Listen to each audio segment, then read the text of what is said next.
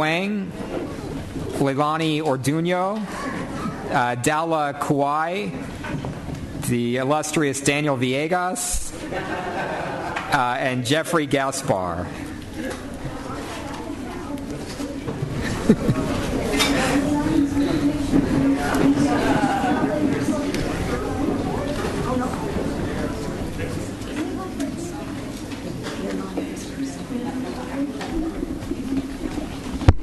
And sorry, also Elvis Tello, Anthony Orduño, and Cindy Martin. Hi, I am Leilani Orduño. I came to talk about the layoffs and about our environment, and a little bit about my camping trip. Today we were camping, but yesterday I wanted to make a wish in the campfire, but I never got to do it. And I want to say it out loud. My wish was to have peace in the world and love what you have already, not just ask for more and more. To love what you have as much as God loves you. These layoffs are getting shorter and shorter since you guys voted for us to have a class size 20, and that is helping us out to learn more. In fourth grade, they're doing good even though they have a lot of kids. So thank you for saving our class sizes. Thank you, Leilani.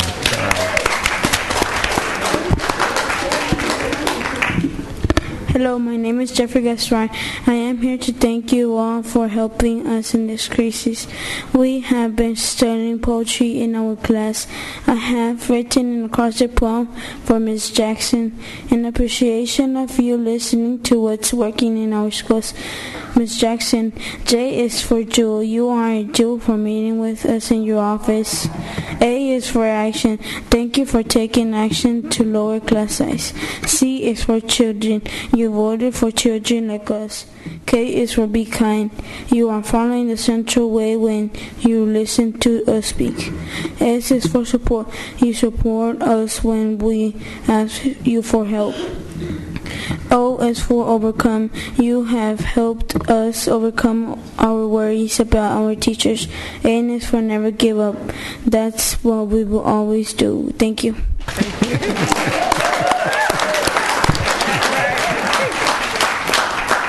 Jeffrey, can you charge political consultant fees for?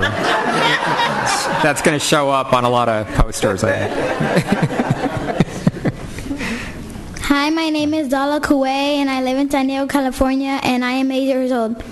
Thank you for lowering the class sizes. Now I can be a good citizen of California, and I hope I do a good job in college. All right. Hello, board members. It's been a pleasure to meet some of you personally. This time I want to thank all of you for your action in lowering class size to 20 for our K through 3 classes. I also appreciate your kindness, Mr. Beiser, Mr. Barnett, Mr. Evans, Ms. Jackson, and Ms. Barrera. You met with us and listened to our ideas about what is working at our school, like Central Elementary. You helped make our wishes come true. We are still wishing every one of our teachers gets to stay at school. I know that you will do the right thing and make it sure it will happen. Just like our Central way. Work hard, be kind, dream big, and no excuses. That is what you did. Thank you very much.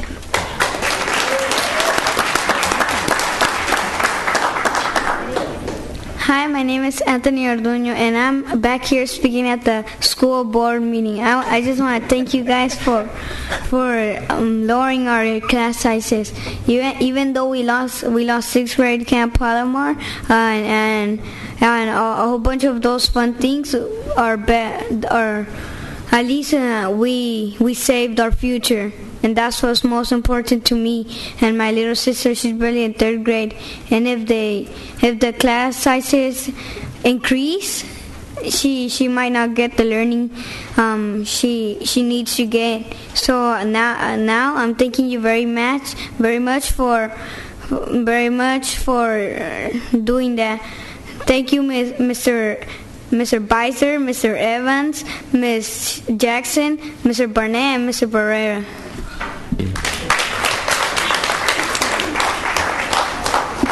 Hello, my name is Elvis Tello. I have heard that you had lower class sizes to 20. I would like to say thank you for your hard work and for always keeping children in mind. Again, I thank you from the bottom of my heart. Thank you for listening.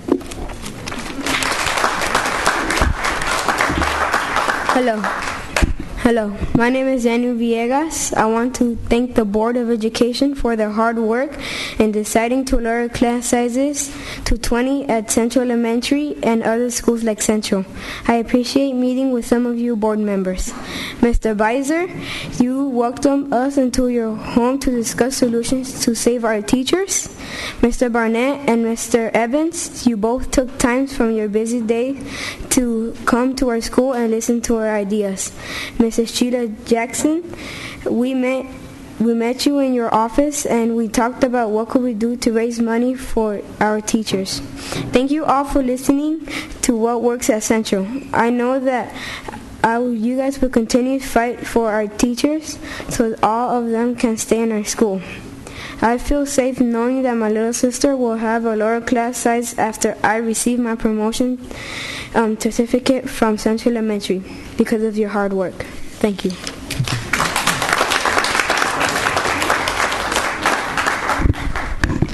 I'm so proud of the children at Central Elementary using their voices. My name is Cindy Martin. I'm the principal from Central Elementary, and the children came back tonight on behalf of all 900 children at Central Elementary to say thank you for staying with this.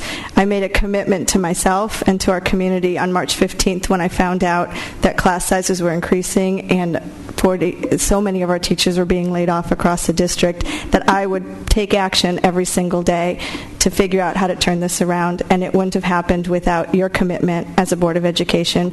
We were clear from the beginning when we used our voices to be clearly stating every single time we talked to anybody that would listen what works in public education and why it works. And we couldn't tell you how to solve this problem. We didn't know how to turn it around. We didn't know when it would get turned around.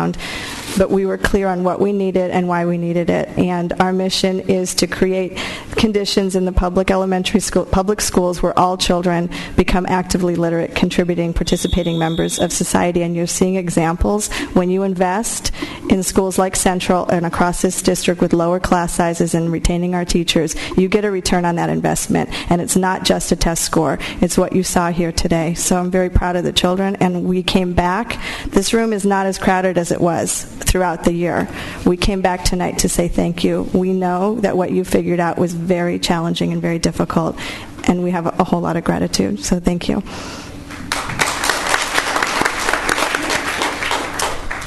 Okay, Blair Hatch, Ron Francis, Rick Pankow, Doug Majdman, Chaiko Koyana, Cynthia Perez-Pothier. Hi, good evening. I'm Rick Pankow on behalf of Patrick Henry High School, Mike Martinez. Faith, family, school, and football. It's the mantra that Coach Martinez, Mike Martinez, teaches our kids. To lay him off. These kids have bought into this program. They believe in this program. Darren Shanks. We all know Darren Shanks. If you don't know the story of Darren Shanks, solely the reason why Darren did what he did was Coach Martinez, Mike Martinez, the teacher, Mike Martinez, the football coach. By laying Mike off, you will be tearing apart a brotherhood and destroying a family. We teach our kids to finish what they start. Give Mike the chance to finish what he started. Thank you.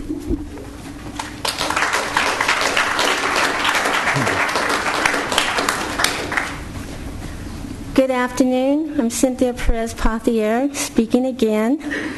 As I was looking at your agenda, the word advocate came up on one of your items. I looked through to see how that was used. In my 20-plus years with the district, it often related to the African American student. And last week, I became enthralled by watching the board do their hard work. And I know exactly why Central is giving you a round of applause, because what we're asking you to do is find monies that you've been trying to look for, savings from the gas and electric, and put it where you had said your priorities are. I'm representing Zamorano Magnet School, and I'm representing it tonight as an existing program that has been identified as an extremely effective school. I think I didn't use my time quite as quickly as I wanted to, but I want to applaud all magnet schools. Valencia Park, that's represented again, for being effective, as well as Zamorano. Thank you. Thank you.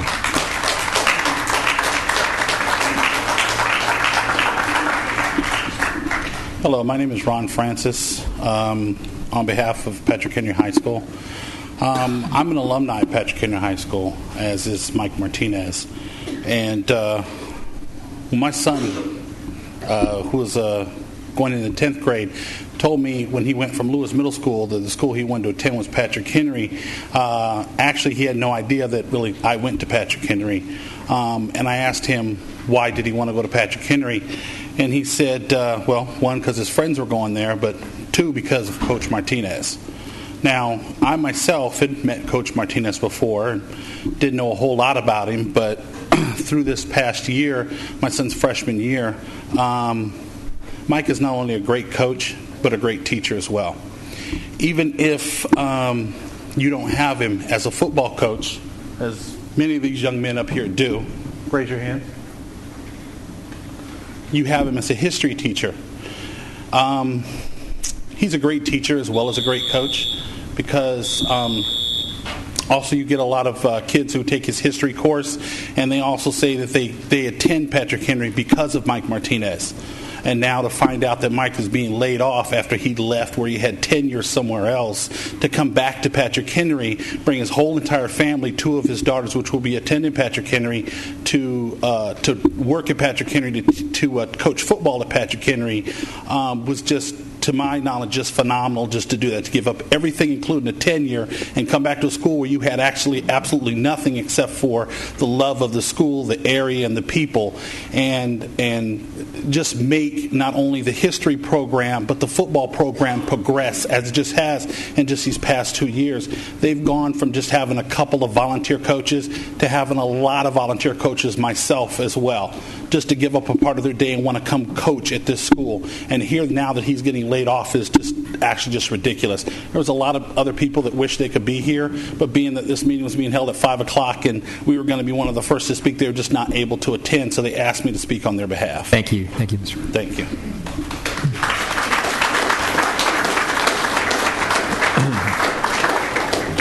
Okay, Julieta Juarez, Antonio Villar, Alma Lopez, Lucia Jaramillo, Matthew Stover, and Timothy Briggs.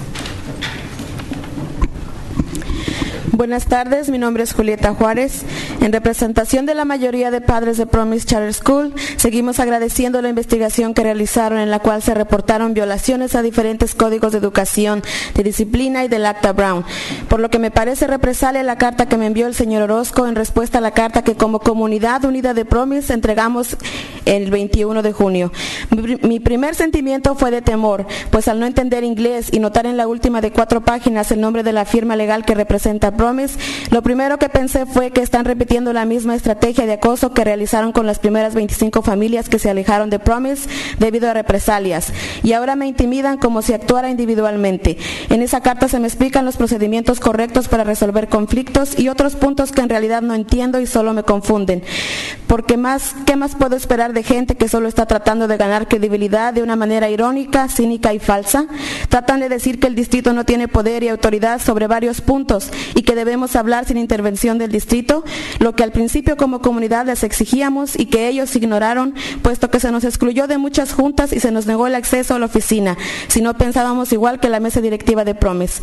Si continúo hablando aquí es por nuestros niños. Estamos cansados de su juego y no quisiéramos que personas que infringen miedo sigan causando el daño psicológico que han causado a bastantes familias y niños y cuyas pruebas están ya en sus manos. Lo único que ellos quieren es mantener el control de Promise solo por beneficio personal. Hablan de conflicto personal cuando lo que entiendo es que los miembros de la mesa directiva de Promise forman parte de una institución llamada Power Mentor, siendo ellos amigos desde hace mucho tiempo, y eso de verdad es para cuestionarse. Por último, continuamos unidos y apoyando las resoluciones que al principio el distrito pidió a la mesa directiva de Promise para evitar la revocación. Confiamos en que tomarán una decisión que beneficie a las familias que buscan una educación en un ambiente de comunidad y de confianza entre padres, maestros y niños, y no en un grupo de personas con fines de interés personal. Gracias. Good afternoon. I will interpret for Ms. Julieta Juarez. My name is Julieta Juarez. As a representative of most of the parents of Promise Charter School, we appreciate the investigation you carried out, which reported violations to different education and discipline codes and the Brown Act, which is why I consider the letter that Ms. Orozco sent me a reprisal in response to the letter that we presented to Ms. Orozco as a United Promise community on June 21st. I felt afraid at first since I don't understand English and only recognized on the last of 4 pages the legal signature that represents Promise. My first thought was that they are repeating the same harassment strategy that they carried out with the first 25 families who left Promise because of retaliations. And now I am being intimidated as though I acted alone. This letter explains the correct procedures for conflict resolution and other topics that I really don't understand and only confuse me further. But what else can I expect from people that are only trying to gain credibility through ironic, cynical, and false means? They try to say that the district has no power or authority over certain topics and that we should speak without district intervention, which is what we as a community requested at first. And they ignored since we were excluded from many meetings and were denied access to the office if we thought differently from the Promise Board of Education. If I am still speaking here, it is for our children. We are tired of their games and we don't want people that cause fear to continue causing psychological damage on so many families and children whose evidence is in your own hands. All they want is to maintain control of Promise for their personal benefit. They speak of personal conflict when, as I understand, the members of the Board of Education at Promise belong to an organization called Power Mentor, having been friends for a long time, and that should really be questioned. Lastly, we continue united, supporting the resolutions that San Diego Unified School District requested from the Promise Board of Education from the beginning to avoid revocation. We trust that you will make a decision that will benefit families that seek an education in an environment of communication and trust between parents and children, and among people, and not among people who only have their personal interests at heart. Thank you.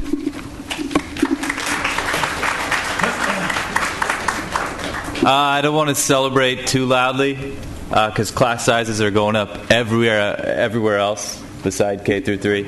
My name is Matthew Stover.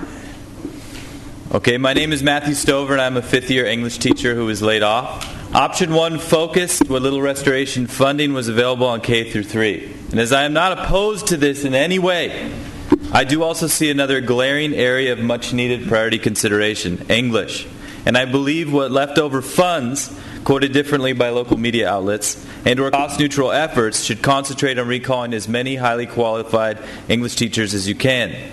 Cutting English teachers is financially suicidal, given that 37,000 students in San Diego Unified School District, roughly 24% of our population, remain classified as English learners.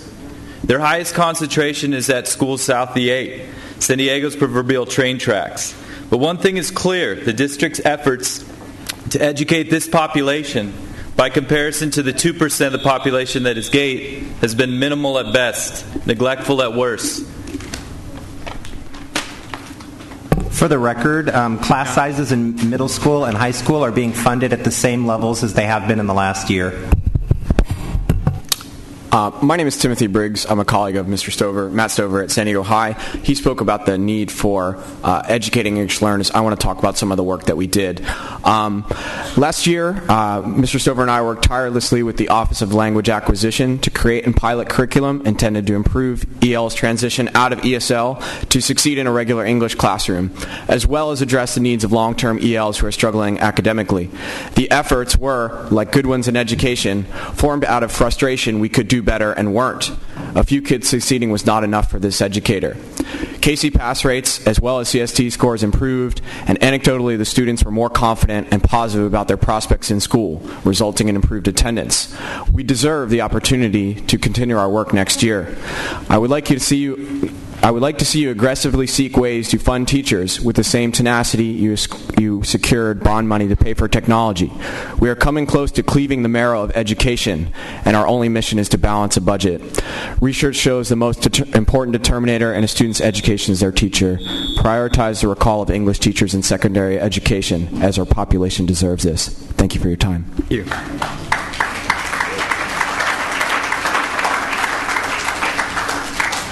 Okay, Latoiva Gloria, Annabelle Valencia, Ricky Lopez.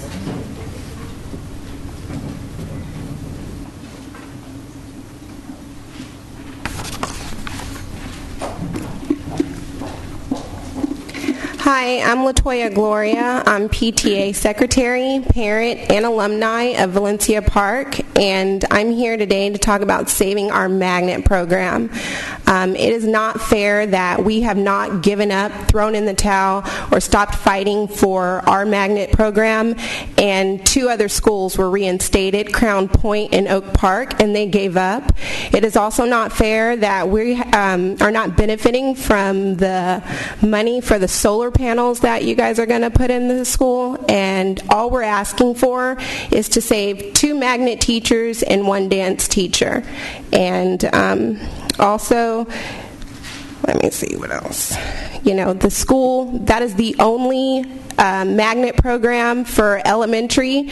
Where are the students going to come from for SCPA? Where are they going to come from for CPMA, for Lincoln High School? If we cut our only elementary magnet program, 25 years. These are also invitations that the children invited you guys to the dance program. Good afternoon. My name is Annabelle Valencia. I am a former student of Valencia Park Elementary. I was promoted in 2003.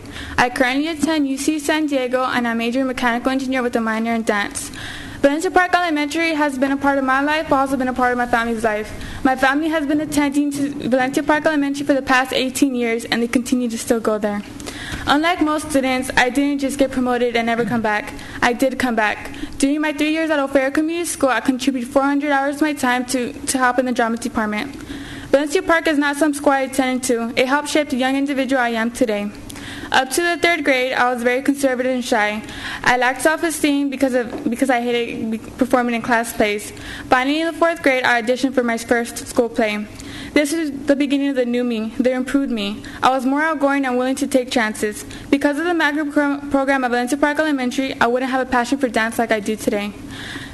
Valencia Park is not your typical school. Students just don't go to class and then go to recess and then go home. They're actually given the opportunity to learn self-expression. They can... I just want to say, honestly, I don't think I would be attending UCSD without first attending Valencia Park Elementary, and I would appreciate that if you guys please don't let go of the magnet program. Thank you.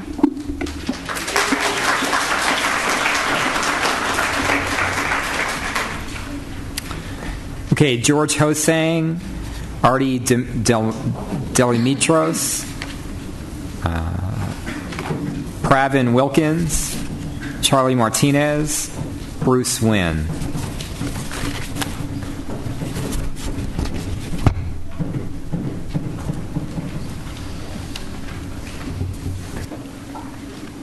Good afternoon, board members.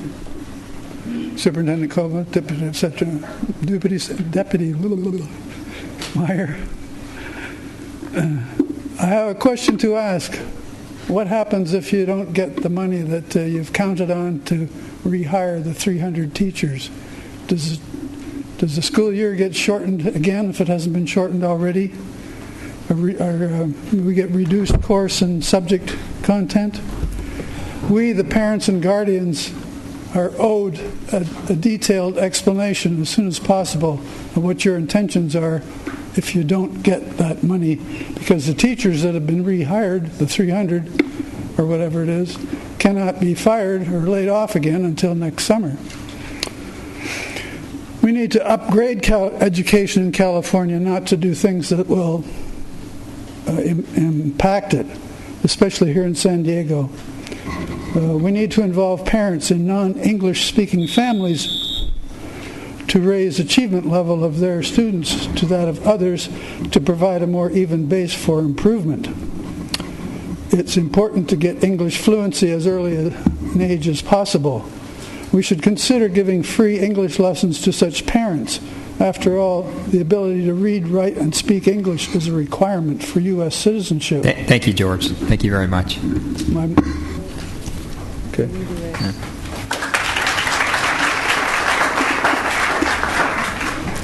Hi, I'm Artie Delamitros, a student/football player at Patrick Henry High School. Coach Martinez is a great football coach/teacher who loves his job and is an alumni at Patrick Henry High School. He's a very close family friend to my dad and me. He is a great mentor and an awesome example of what it is to have a hard work ethic and to be an honorable person. We need him as our football coach, a teacher, and an awesome member of our community. He loves his teammates and students like no other. We didn't need him as a staff member at Patrick Henry High School. He invited me to come to Patrick Henry High School to play football just because he was a good friend of my dad. And I've made very good friends playing football, and it's a very good community there, a very good football program, and I feel like that any of my players would die for me.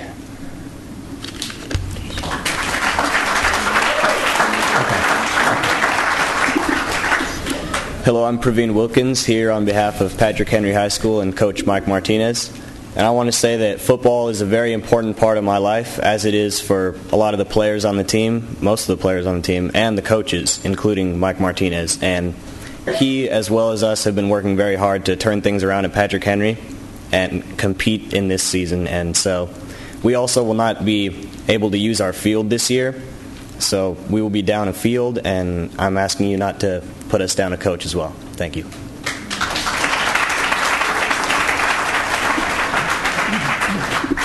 Hello, my name is Charlie Martinez, and I am a student athlete at Patrick Henry High School.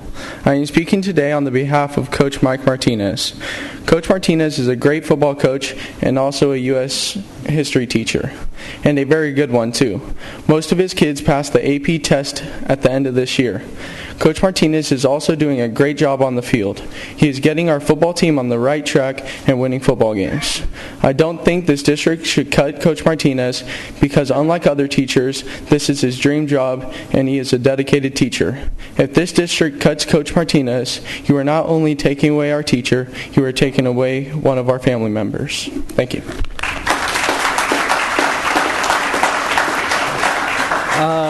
Hi, my name is Bruce Nguyen, and I am a student athlete from Patrick Henry High School. I'm here to show support for Coach Martinez and hopefully get him reinstated. I had the pleasure of having Coach not only as a coach but as a teacher for AP US History, and you guys have heard enough about him being a football coach. So he's a great teacher. He showed he had the same passion for teaching as he does for football. And under him, I passed the AP test with flying colors. So, hopefully you guys give him his job back, because he's a great teacher and a great guy and a good friend. Thank you.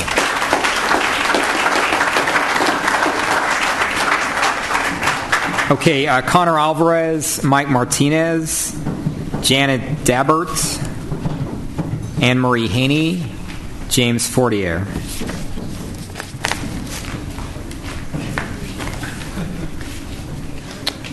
Ladies and gentlemen of the board, I'm Connor Alvarez. I'm here to speak on behalf of Mike Martinez.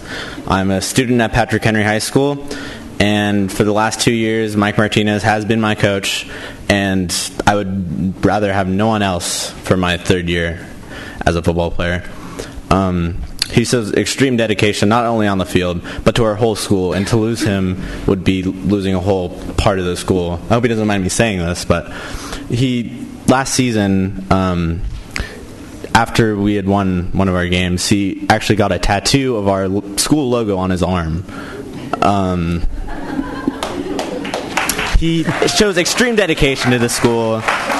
He would literally bleed green and gold. I hope you don't get rid of him, because if you get rid of him, then it just won't be the same anymore. Thank you.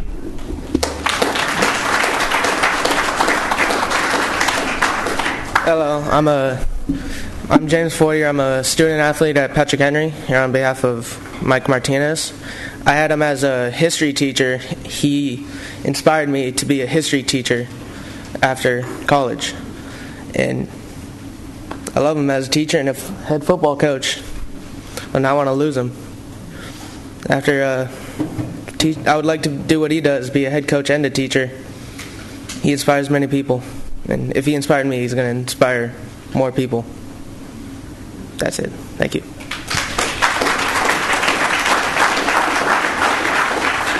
Hi, my name is Janet Dabbard, and I am a parent of 3 student athletes. 2 have already graduated from Patrick Henry High School.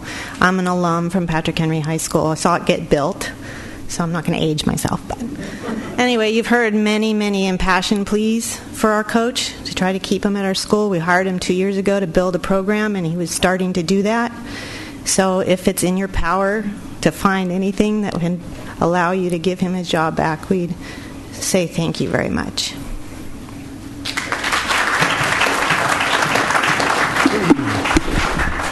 Board members, President Barrera, and Superintendent Koba. I'm Mike Martinez. I'm an APUSH teacher and a head football coach at Patrick Henry. I have a lot of support here today, and I'm extremely grateful for it. I just want you to understand that I'm one person out of the hundreds that have been laid off, and these people here represent 20 or 30 out of the thousands of people that laying off these teachers affects.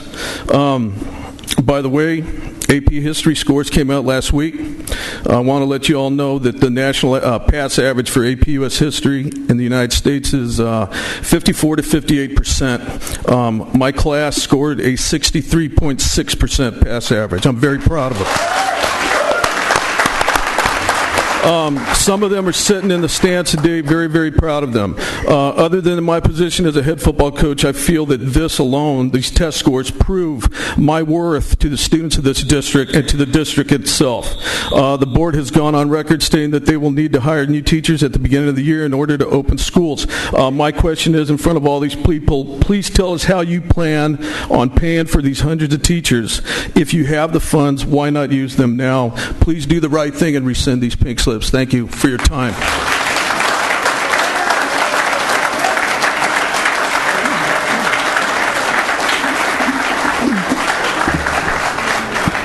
I wish I could speak for football, too. We need all the voices for all of these important issues.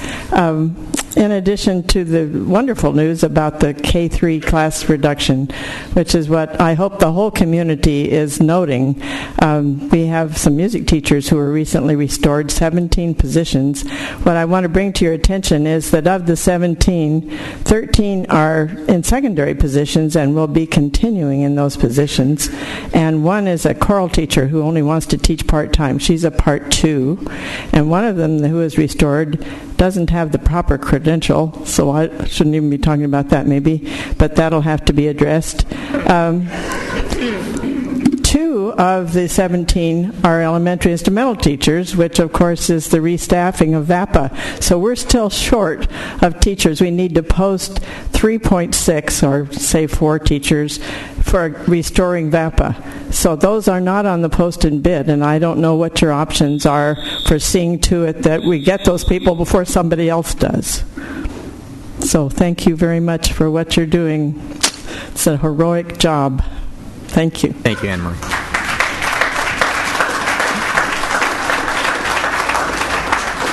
Okay, John Wood, Jesse Hughes, Daija Scorza, and Vivian Colmenero.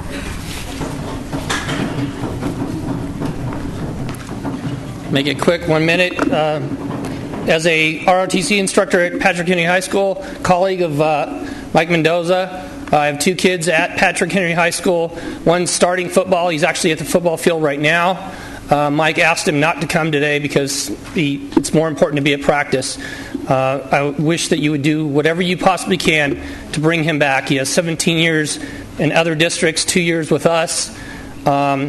It's invaluable, his history and his football skills. I know from playing football that it unequivocally changed my life, and I appreciate your time and your efforts.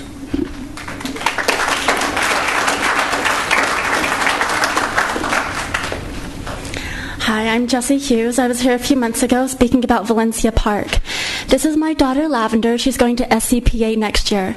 She was both in the musical that a couple of you came to see, and she was just in a play where she had a lead part. This is Amethyst. She's had a very complicated and hard life. Through this last year, we were finally able to find what she needs at Valencia Park Elementary with the dance and drama. She had one of the lead parts in the play Monster in the Closet, but she actually had the hardest part. She had to say words that some of them I had never heard before. She had to learn their enunciation. We worked very hard for hours and hours. The results of this play, the results of all of our rehearsing, was an increase in her self-esteem, an increase in her popularity, and this is a child that has been bullied in every school that she has been to. It takes a village to raise a child. Art is a solution to a nonviolent community, and children are our future, especially these ones are mine. Thank you for your time.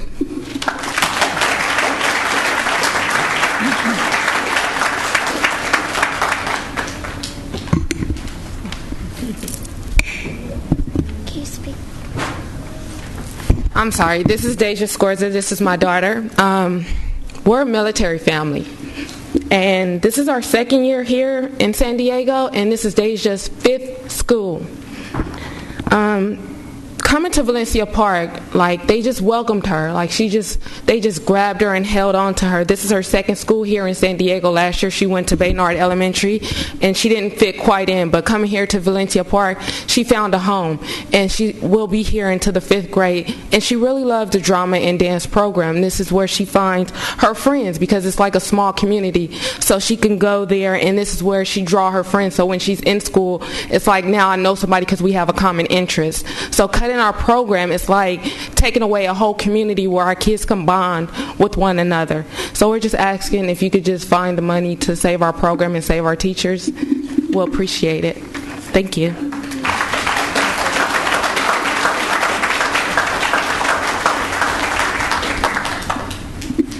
Good evening. Board members, my name is Vivian Colmenero, and I'm a parent of a student at Patrick Henry High School. And I need to say that when is a teacher more than a teacher? For that example, you need look no further than Mike Martinez. Mike is not only an amazing history teacher and football coach, but he's an amazing teacher of life lessons. Along with teaching our children about our nation's history, he's also teaching them to be responsible adults, to identify injustice and to help others when it's needed. Together as a team, Patrick Henry Football supported my child in his time of need. I'm here tonight to let you hear my voice and my concern for letting Mike go. I'm asking that this board reconsider Mike's invaluable lessons and teaching skills that he has to give to our children. Thank you.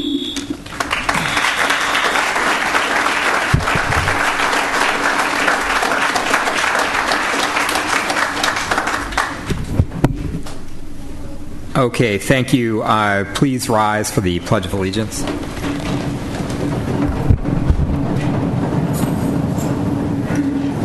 Ready, begin.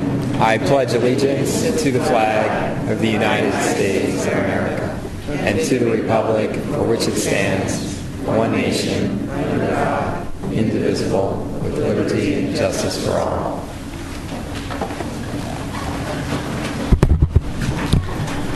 Okay, I'd like to welcome everyone present today and those watching the broadcast and call the July 12th, 2011 regular meeting to order with all board members present.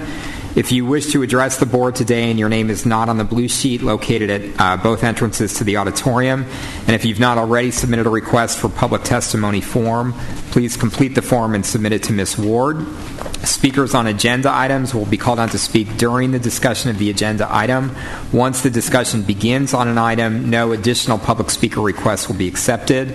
Non-agenda item testimony was heard at 5 p.m. and will also be heard at the end of the meeting.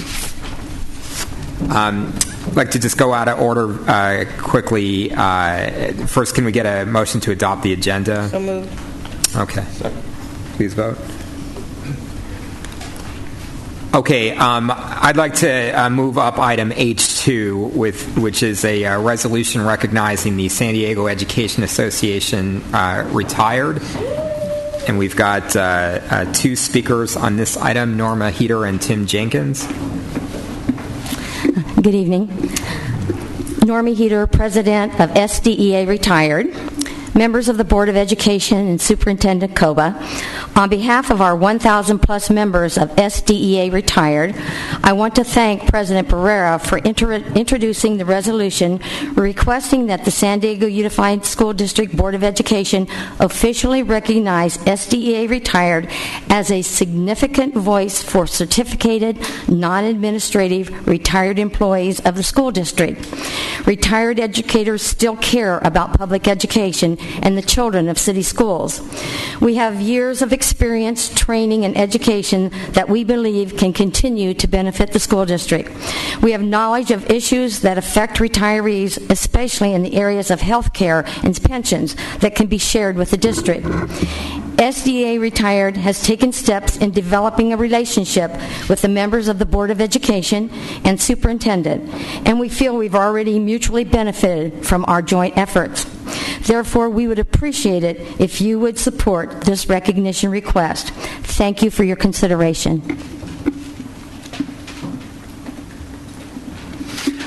Tim Jenkins, past president, SDEA Retired. Good afternoon, Ms. Jackson, members of the board, Superintendent Koba. Thank you for putting this resolution on your agenda. The members of the San Diego Education Association Retired, former certificated employees of the city schools, deeply appreciate your recognition of their association and as our voice of matters and issues that are close to us. We all know that these are indeed times that trouble us all very much. Very difficult decisions face us, elected officials, parents, students, and yes, former employees. The members of SDEA Retired, with their years of experience, education, and training, represent a valuable, untapped resource for our schools. Our ties to the district are few, but they're important. The leadership of SDEA Retired believe that the San Diego School District, with the passing of this resolution, will create a bond that will forge a relationship with the retired professional educators that will retain our professional experience, our voice, and difficult discussions that must take place to support the success of our schools in seeking success for our children. It is our hope that the San Diego Unified School District will call on our members to add our experience, training, and education and our voices in seeking answers to difficult questions. Thank you for your support on this resolution. Okay, I'll quickly read the resolution and then move it for approval. So, whereas the San Diego Unified School District Board of Education values and recognizes its retired employees, and whereas the San Diego Education Association Retired is comprised of former certificated employees of the San Diego Unified School District, and whereas San Diego Education Association Retired is affiliated with the state and national organization CTNEA Retired, and whereas SDEA Retired is a valuable voice for public education issues, and whereas SDEA Retired is a significant voice for the interests of certificated non-administrative retirees of the San Diego Unified School District, now therefore be it resolved that the San Diego Unified School District Board of Education and Superintendent are committed to continuing the ongoing dialogue with SDEA Retired regarding issues which affect their members. Passed and adopted by the Board of Education at a regular meeting held on the 12th day of July, 2011. Second. Dr. Evans? I just want to say I really appreciate what this Association of Retired Teachers is doing and thank them for their support. It's very important. I'm really happy to support this also. Great. And likewise, happy to see you and be honored to support this resolution. And thank you. Hope that we will call on you like we should, because we need your expertise now more than ever. So, thank you. With that, please vote. All right.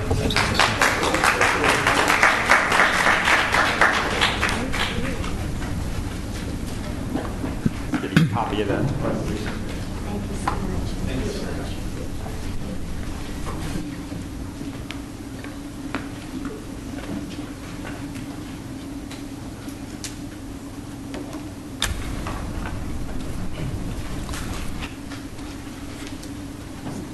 Okay, let's move on to item C. Item C1 is our administrative assignments, and we have one public speaker. I'd like to ask Christine McLean.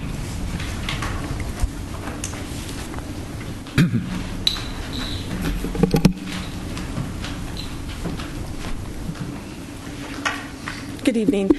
We get a phone. I'm from San Diego High School, and we get a phone call today giving us some new information about one of our administrators. I was part of the group that took 2 days out of my life to try to give some recommendations, and come to find out today the recommendations that we gave forth to the board are no longer what the group decided. It was a decision that was made solely by you all. And we're just concerned that 12 of us spent 2 days going over applications, interviewing people, and now someone that we did not agree upon now is being appointed to a position. It just kind of devalues what we as a group did for you. And we are trying with our governance team to be able to manage ourselves, and you gave us the opportunity to do that. The first time we get to do it, you tell us, oh, sorry, what you said doesn't matter. And we'd just like it if you would be able to, if you want our help and you want our input, to kind of value it. And right now we feel like you devalued what we did as a group for 2 days. Thank you. Okay, Superintendent Koba. Thank you, President Barrera. We have the following appointments to announce today. To Principal at Scripps Ranch High School, Ann Mena. To Principal, San Diego High Business Leads, Consuelo Manriquez. To Principal, Grant K-8, Donald Craig. To Vice Principal, Patrick Henry High School, Carla Sheminsky. To Director, Project Management, Gary Stanford. Thank you. There may be some misunderstanding, as was maybe communicated from the speaker, that the recommendations of the committee come to the board, and the board votes and picks who goes on to become the principal at that site. But I think that, could you clarify that process now as it is because of changes with the decision making? Who decides the final assignments? What happens is that 3 recommendations are brought up the chain of command through the area superintendent. The area superintendent reviews the final 3, examines the references, does the records checks, and determines what the fit would be, and a recommendation brought to the deputy sup and the superintendent, and then we review and discuss that as appropriate, as we have with all the announcements made tonight, and then make a decision. But typically we expect that a panel will provide 3 recommendations of all eligible personnel, and we pick from that group of 3, and that's the balancing that occurs. So that the superintendent, the deputy superintendent, and the area superintendent are the ones that make that final pick for principal and vice principals now, where in the past it was the board, right? Okay, thank you. Okay, thank you. Superintendent, do you have your information report? Yes, I'd like to go over a few items. We've had a shortened time frame since the last board business meeting due to the 4th of July break, but had an opportunity to go out to visit Balboa Elementary, one of our year-round schools, and they were inviting various community members and staff folks to join them for Career Day, and I had the opportunity to speak with a fifth grade and a sixth grade. I hate to tell you, what they found most exciting was my time on a submarine, not a superintendent, in terms of career discussions. During this last 10 to 14 days, we also had the inaugural meeting of the Charter School Ad Hoc Committee. It was a good representation from district staff and from the charter community. In addition to myself being there for this first meeting, Trustee Barnett was there to represent the board. I think it's going to be a very good, very constructive dialogue to look at ways that we can work with each other, the charter community and the school district, ranging from original applications, renewal applications for charters, facility usage, and much more. And I think this is in keeping with some of the other ad hoc committees as well as Tiger teams we've brought together to have a broader look at some of the issues that are important to the community and the district as a whole. Third thing I want to bring up, today is the second of 2 days of some very in-depth day-long discussions at the Scripps Mesa Conference Center. For the community and the board, we're working on a 5-year strategic process that will, at the end of all of this, establish a quality neighborhood school in every single one of our portions of the district. And we have 4 committees working on this. Professional development for all staff being chaired by Miriam Phelps. Quality teaching and data-driven instruction chaired by Mitzi Marino. Quality leadership chaired by Shirley Wilson. And access to broad and challenging curriculum chaired by Sid Salazar. Those are the key components that go into building the strategic process. From this point on, they're refining their work. I'll present it to the leadership team in late August, to the board in September, and then we're going to take that out to the community for additional scrubbing, feedback, and refinement. Last 2 items I have is I did meet with a good contingent of very energetic, and I don't mean no pun intended here, phys ed teachers last week. It's an area of the curriculum that I have spent a minimal amount of time on, and I appreciated what they were describing in terms of the standards framework for elementary, middle, and high, the needs for professional development, the requirements for ensuring that we're balancing our fitness, physical fitness, with our mental fitness. And I've asked them to work with Bruce Ward and with Sid Salazar to kind of prioritize where we should focus and bring it up the chain for further discussion in a broader form.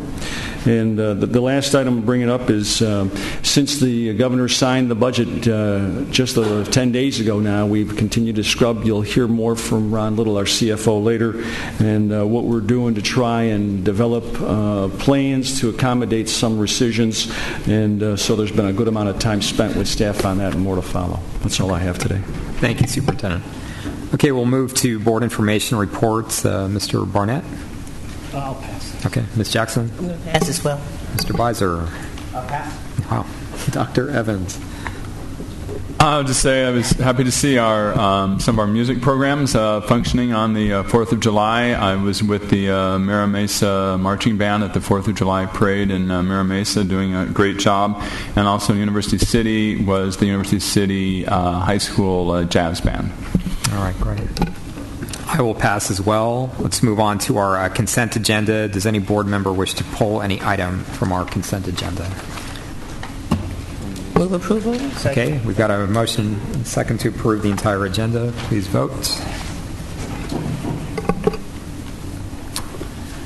Okay. Let's move on to item F1, and this is the proposed grade reconfiguration for Carver K-8. I guess, Dr. Meyer, do you want to kick us off? Yeah. Yes, I'd like to introduce Shirley Wilson, who will discuss with us the reconfiguration of Carver.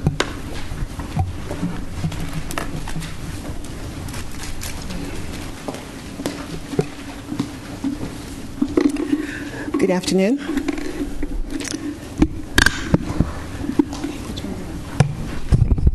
Shirley is speaking in her new capacity as the area superintendent for, among other key portions of the district, the Crawford feeder pattern. Yes. I'd like to talk about Carver K-8 School. It is a year-round school and is part of the Crawford cluster. The active enrollment for Carver for 2010-11 school year is 333. The enrollment projection for 2011-12 is 335.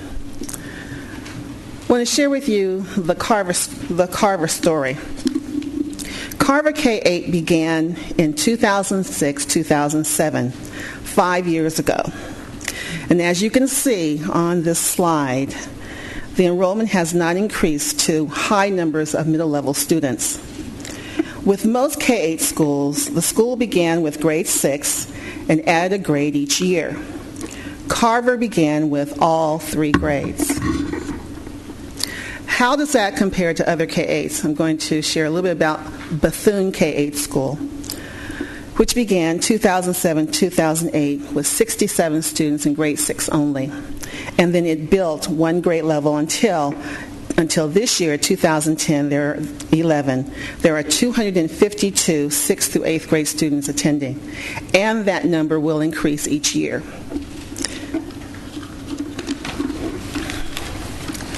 There is an impact because of the low enrollment. And as we think about students first and what students need, I'd like to bring your attention to what's happening with the instructional program. With the K-8 program, because of the low enrollment, the funding formula is not enough to develop a K-8 program that's going to meet the needs, the academic needs, at a high level of implementation. And the key word is high level. Students are taught the core courses. First, I do want to honor the hard work of the teachers at Carver and the principal.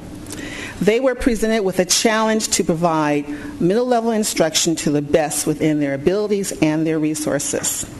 One example I would like to share with you is that the middle-level students at Carver will not experience a science lab instructional program until they get to high school. This is not the fault of the classroom teachers, but a lab classroom is not in the Prop S2 build out for Carver.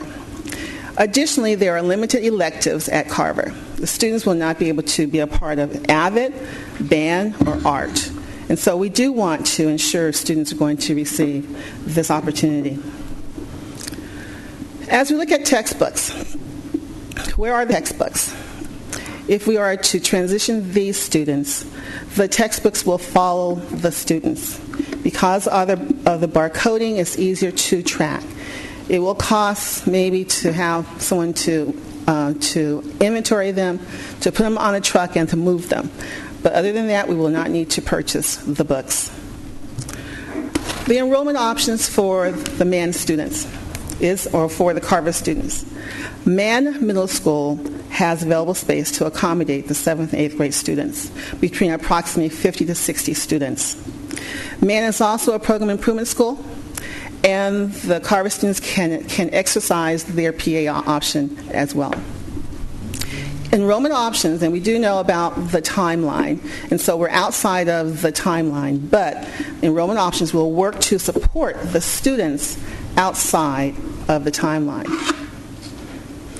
We think about the academic impact, and the academic impact is that we want, as a district, the very best opportunity for students to achieve at the highest level of achievement. We now have the A through G requirement, and that we must ensure that the students are going to be prepared for the A through G challenge. What will be the impact for staffing? Carver will decrease by 2 FTEs. And if the students choose to go to Mann, they will increase by 2 FTEs.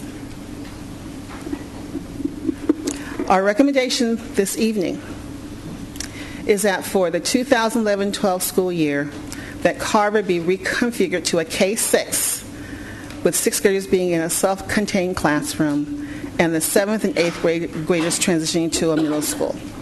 And then for 2012-13 to configure to K-5, and then with all the 6th graders moving on to a middle school. Why is this important? Again, we want to provide the opportunity for our students to have the best possible instructional program. It's important that we fulfill the district's mission in order to ensure that our students are going to be prepared for college and a career. Okay. Thank you. We've got two speakers we'll call up, and then we'll, I guess, take questions or get a motion. Stephanie Mahan and Bill McLean.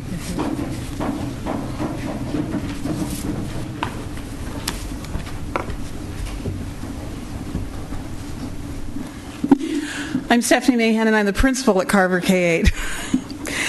First of all, I want to say thank you to the board for being able to talk, and thank you to Shirley. Shirley and I have a great working relationship, so I want to just make that very, very clear. I just need to say a couple of things. In concept, we don't have a problem with the reconfiguration. We understand that. The inception of Carver in 2006 was unlike any other school. That's past history, but the community at that time and the teaching staff weren't a part of the decision to create Carver as a K-8. Okay?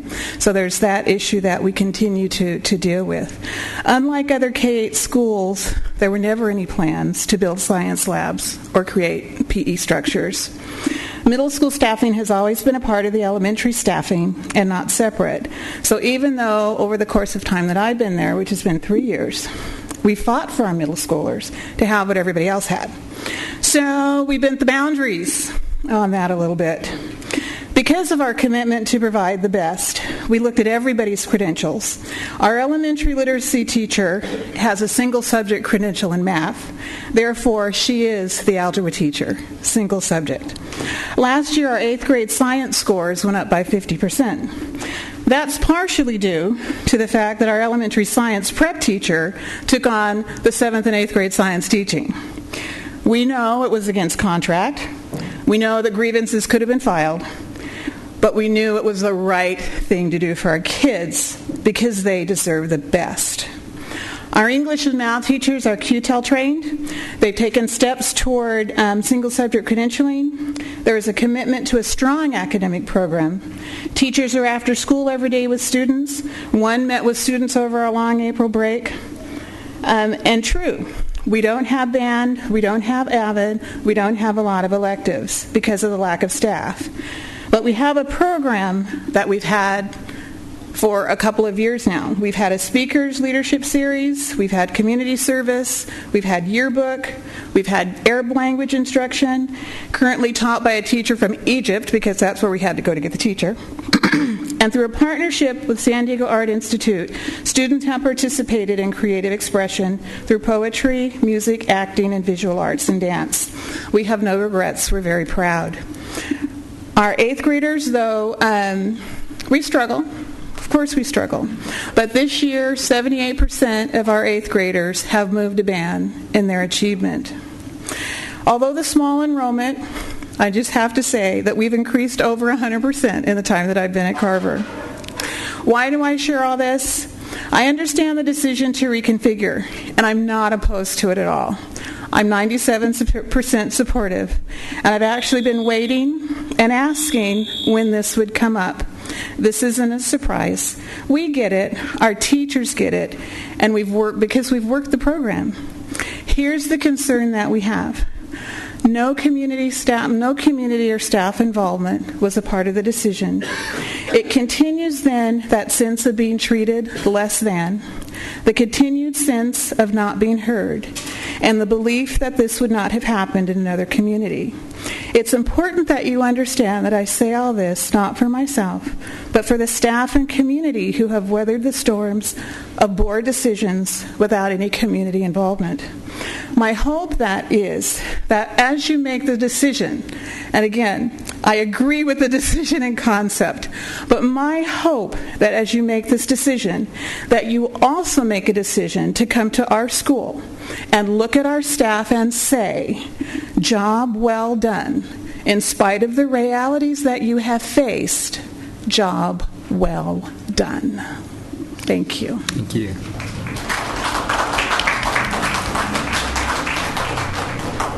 Good afternoon. My name is Bill McLean, and I am part of the dedicated Carver K-8 middle school team. I've been at Carver for 12 years, witnessing its many challenges and changes. I'm here to provide the board with some additional information that has not been presented.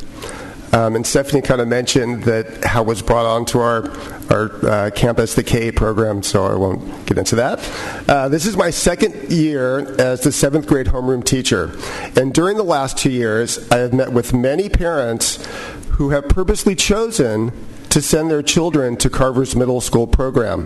While I understand the benefits of a more comprehensive middle school, I believe it's important to recognize wishes of parents who have chosen to place their students at Carver's middle school. These parents are both within and out of our neighborhood, and it has been their choice to place their students at Carver. What concerns me most is the incredibly fast pace that this proposal has come about. The item was placed on the board's agenda on last Friday, and as far as I know, there has been no attempt to contact any parents by those responsible for this proposal or the families that will be directly affected in September.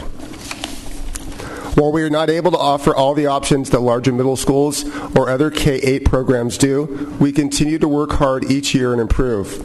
This year's 8th grader were able to take Arabic. We teach PE according to middle school standards, and we have also had the art program that Ms. Mahan discussed. Over 1/4 of our 7th graders are special education students, and their success of full inclusion has been remarkable. This is all due to the small program that we offer. It's individual. We're able to keep track of the kids and meet with them and develop individual plans. The school board has made choice an important focus for all parents in our district.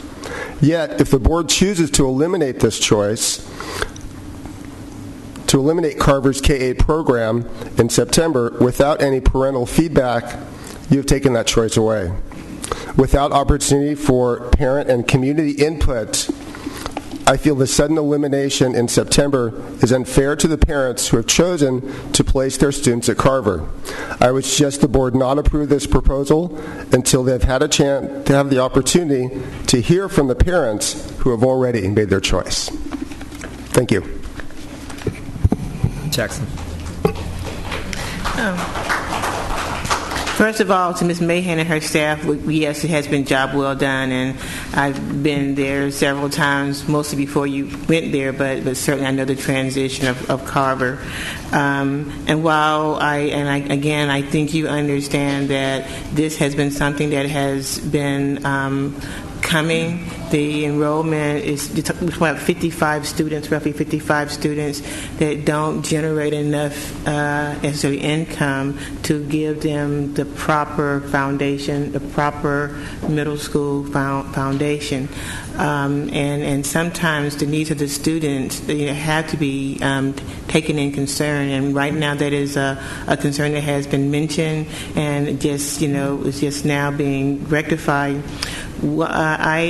Last night I heard this again at the Crawford Cluster meeting, and as I said then, yes, we do value parental input, and sometimes there are decisions that we may have to make that we don't have time, and you're a year-round school, so we will be out to the school to talk. The concern is that we do not want school to be out and this decision being made after school is out, and also delaying the ability for parents to choose to work with the choice office to get their students assigned in other areas, and that now they're there and they can come out and support in that particular transition. It is important for our middle school students to get the best education possible. I can't say enough how proud I am of the work that has been done at Carver, given the restraints that you have been under for the last few years. And I think this should have came up sooner, and that is a central office issue that we are addressing, but we can't let the children suffer from mistakes made by adults. So I move this motion and hope that we can get this done so we can take care of these kids for the upcoming school year and get them in the best place possible. Thank you. Okay, we've got a motion. Do we have a second? Okay. I guess my question would be about what is the communication right now with the families of the 7th and 8th graders? And I'd be happy to speak to this, and perhaps if Shirley, if you have anything to add.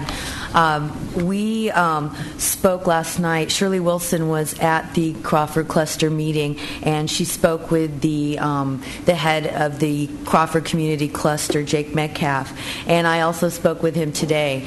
And there was a discussion that there does need to be further outreach as to how we're going to do this, but there was a strong agreement that it was something that needed to be done on behalf of the students.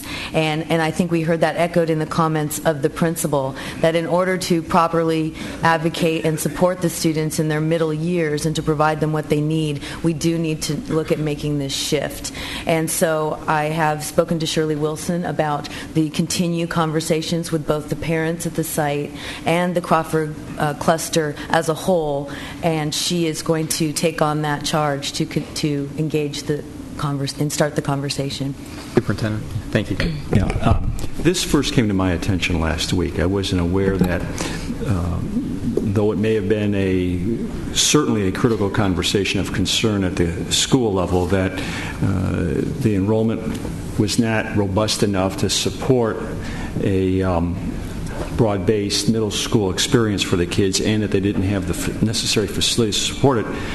And when I saw the information, I also saw we had options. Either we can make a phasing change now to give the kids the nearest immediate opportunity, particularly at the 7th and 8th grade level, to have the options, the robustness they need, or we could kick this can down the road to next year. And I asked Shirley to talk with Stephanie and see where were they, recognizing that they're a year-round school, just about to close the school year, and we have a very narrow window to talk to the parents. So without losing the most immediate opportunity to have that conversation with the parents and have that door open for the 7th and 8th graders, I said, let's bring this to the next immediate board meeting, and that's why it's accelerated to this point. And I think we're prepared to have that community discussion for the 55 to 60 kids and the impacted parents. We either do something now or struggle next year or do some phasing, and that's why there's a sense of urgency. As soon as I'd heard about it, I wanted to put it before the trustees. A question, did the school receive X-Factor funding based upon the student enrollment, including the 55 students? And if so, then how would that X-Factor be reallocated given the much lower student enrollment? Yeah, well, we funded based on the X-Factor per the grade grouping, per the enrollment at that time. And as I think Shirley pointed out earlier, things like material support and staff follow the kids. So if there's additional staffing required, ultimately at Mann or any other school, textbooks to follow and dollars to follow, and with the appropriate balancing with the CFO involved. Right, and I understand that the teacher FTEs would follow the students, and that the books would.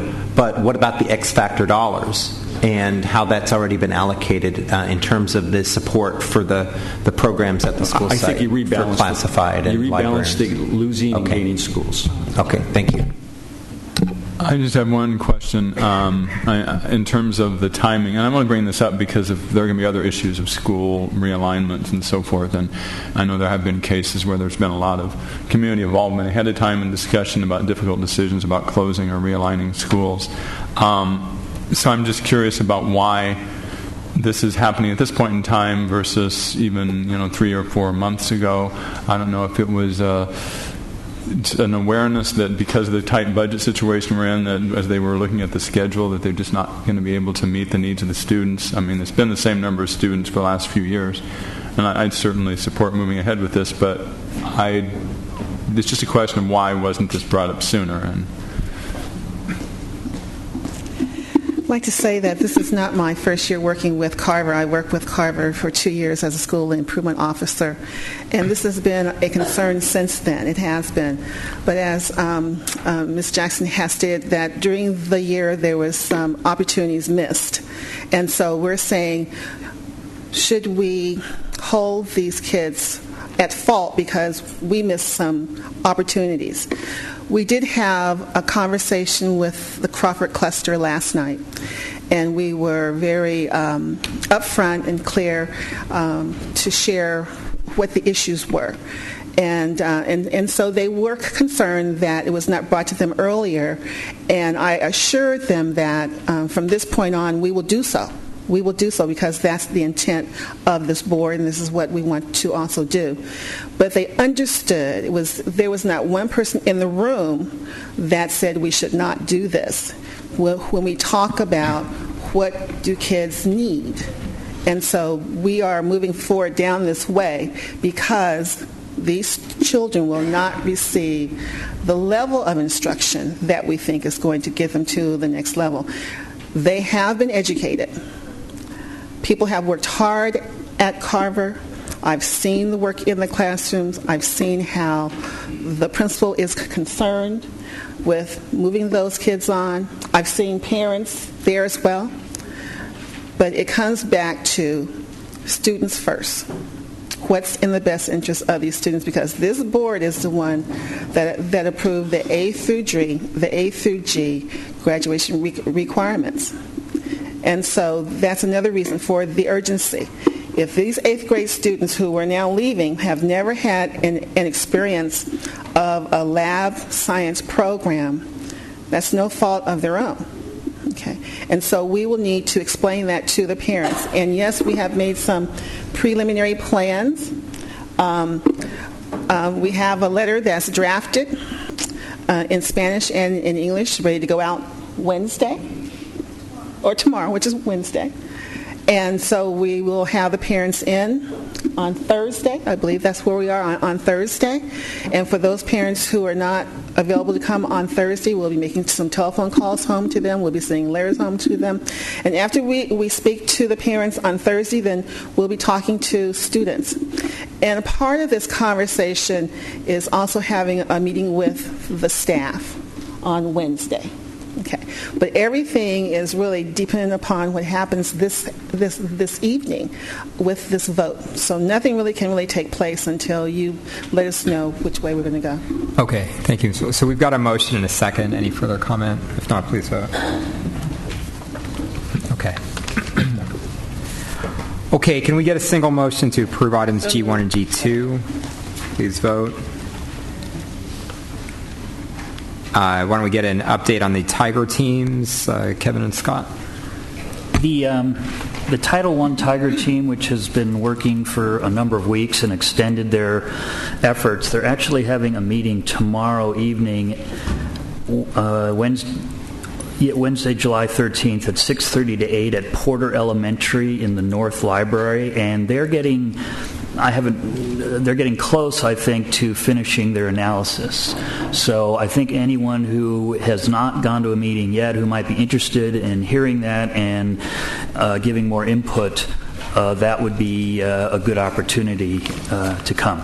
And then I think Mr. Beiser and I are going to meet and talk about some potential new Tiger teams that would start up in September, as well as following up on the actions of the other Tiger teams. Right. We're exploring a budget Tiger team and the possibility of having that Tiger team actually report to the superintendent and the cabinet, perhaps. Several other school districts around the country and in this county have budget committees that are comprised of all the different various stakeholders, classified employees, teachers, members of the PTA, community leaders, and one or more individuals from the finance department so that they can work together to review budget options and alternatives and then make proposals to the superintendent and the cabinet for consideration. And all of this work goes on before the superintendent's initial budget proposal to the board, so that hopefully we have more stakeholder input before the ball starts rolling and the cement starts solidifying. Okay. Great, thank you. Can I move items H3 through H8 yes. in one motion? Second. Can we go to second? Any comment? Please vote.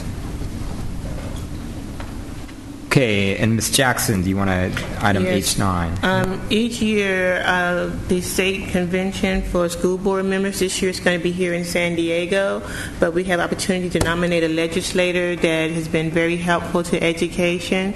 Asking my peers that this year that the San Diego Unified School District recommend Assemblymember Marty Block for our outstanding legislator of the year. And I'll read this resolution, but it's part of our packet to go to ask that he be nominated for this position. Whereas Assemblymember Marty Block has a lifetime career in education, is committed and effective advocate for California's K-12 public schools, and has fought successfully alongside school leaders to increase resources for students. And I'm going to skip the whereases, okay? He has authored AB 184, Chapter 403, Statutes of 2010, successful legislation that restored $140 million to special education funding for cash-strapped school districts to serve high-need, vulnerable students. And this restoration and funding prevented further budget cuts and school staff layoffs and reduction in the level of quality in student services. And he stood up for San Diego public school students who were unfairly disenfranchised by administrative decisions by their local state university. And his efforts culminated in the admission of 1,740 hardworking qualified public students to their local state university, and AB 2402, successful legislation that required the California State University system to follow its practice to notice criteria prior to adopting admission criteria changes that affect students, public school students in local areas. And he has shown a strong resolve in his commitment to adequate state funding for public education, evident by the fact that he was one of the 19 members of Assembly that voted against the suspension of Prop 98 on October 8, 2010, because of its detrimental effect it would have on the quality of education for this generation of students. And he also has taken leadership in improving the safety of students and staff at our public schools by authoring AB 680, legislation to prevent schools from having to publicly disclose the most sensitive parts of their school safety plans. It is important to limit access to the most sensitive parts of our school safety plans because in the hands of the wrong person's information could be an aggregate strategic attack on the school and its students and staff.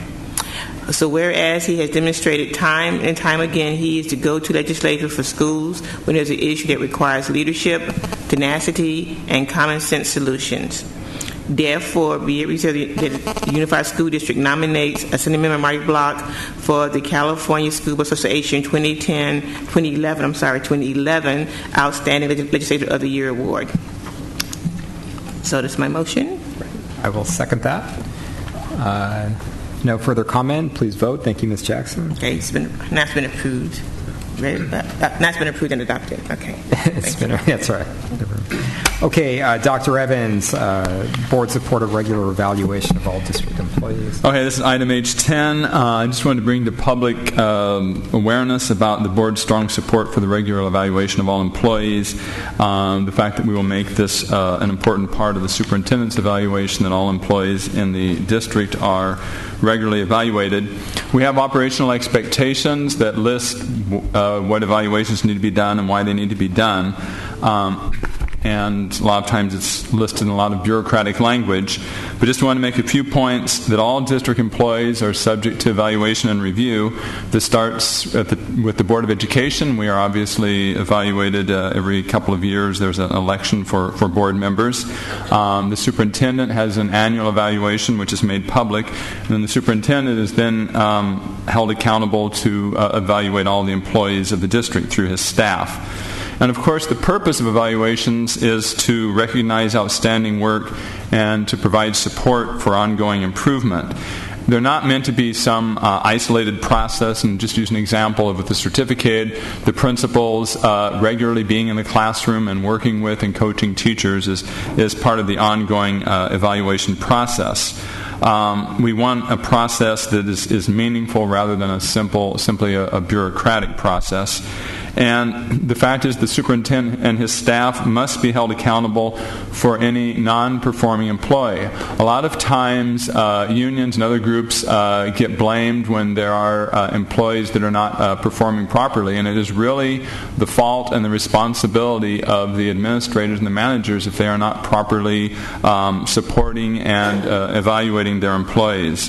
Of course, all these evaluations need to follow the contractual agreements that we have with our certificated and classified employee groups.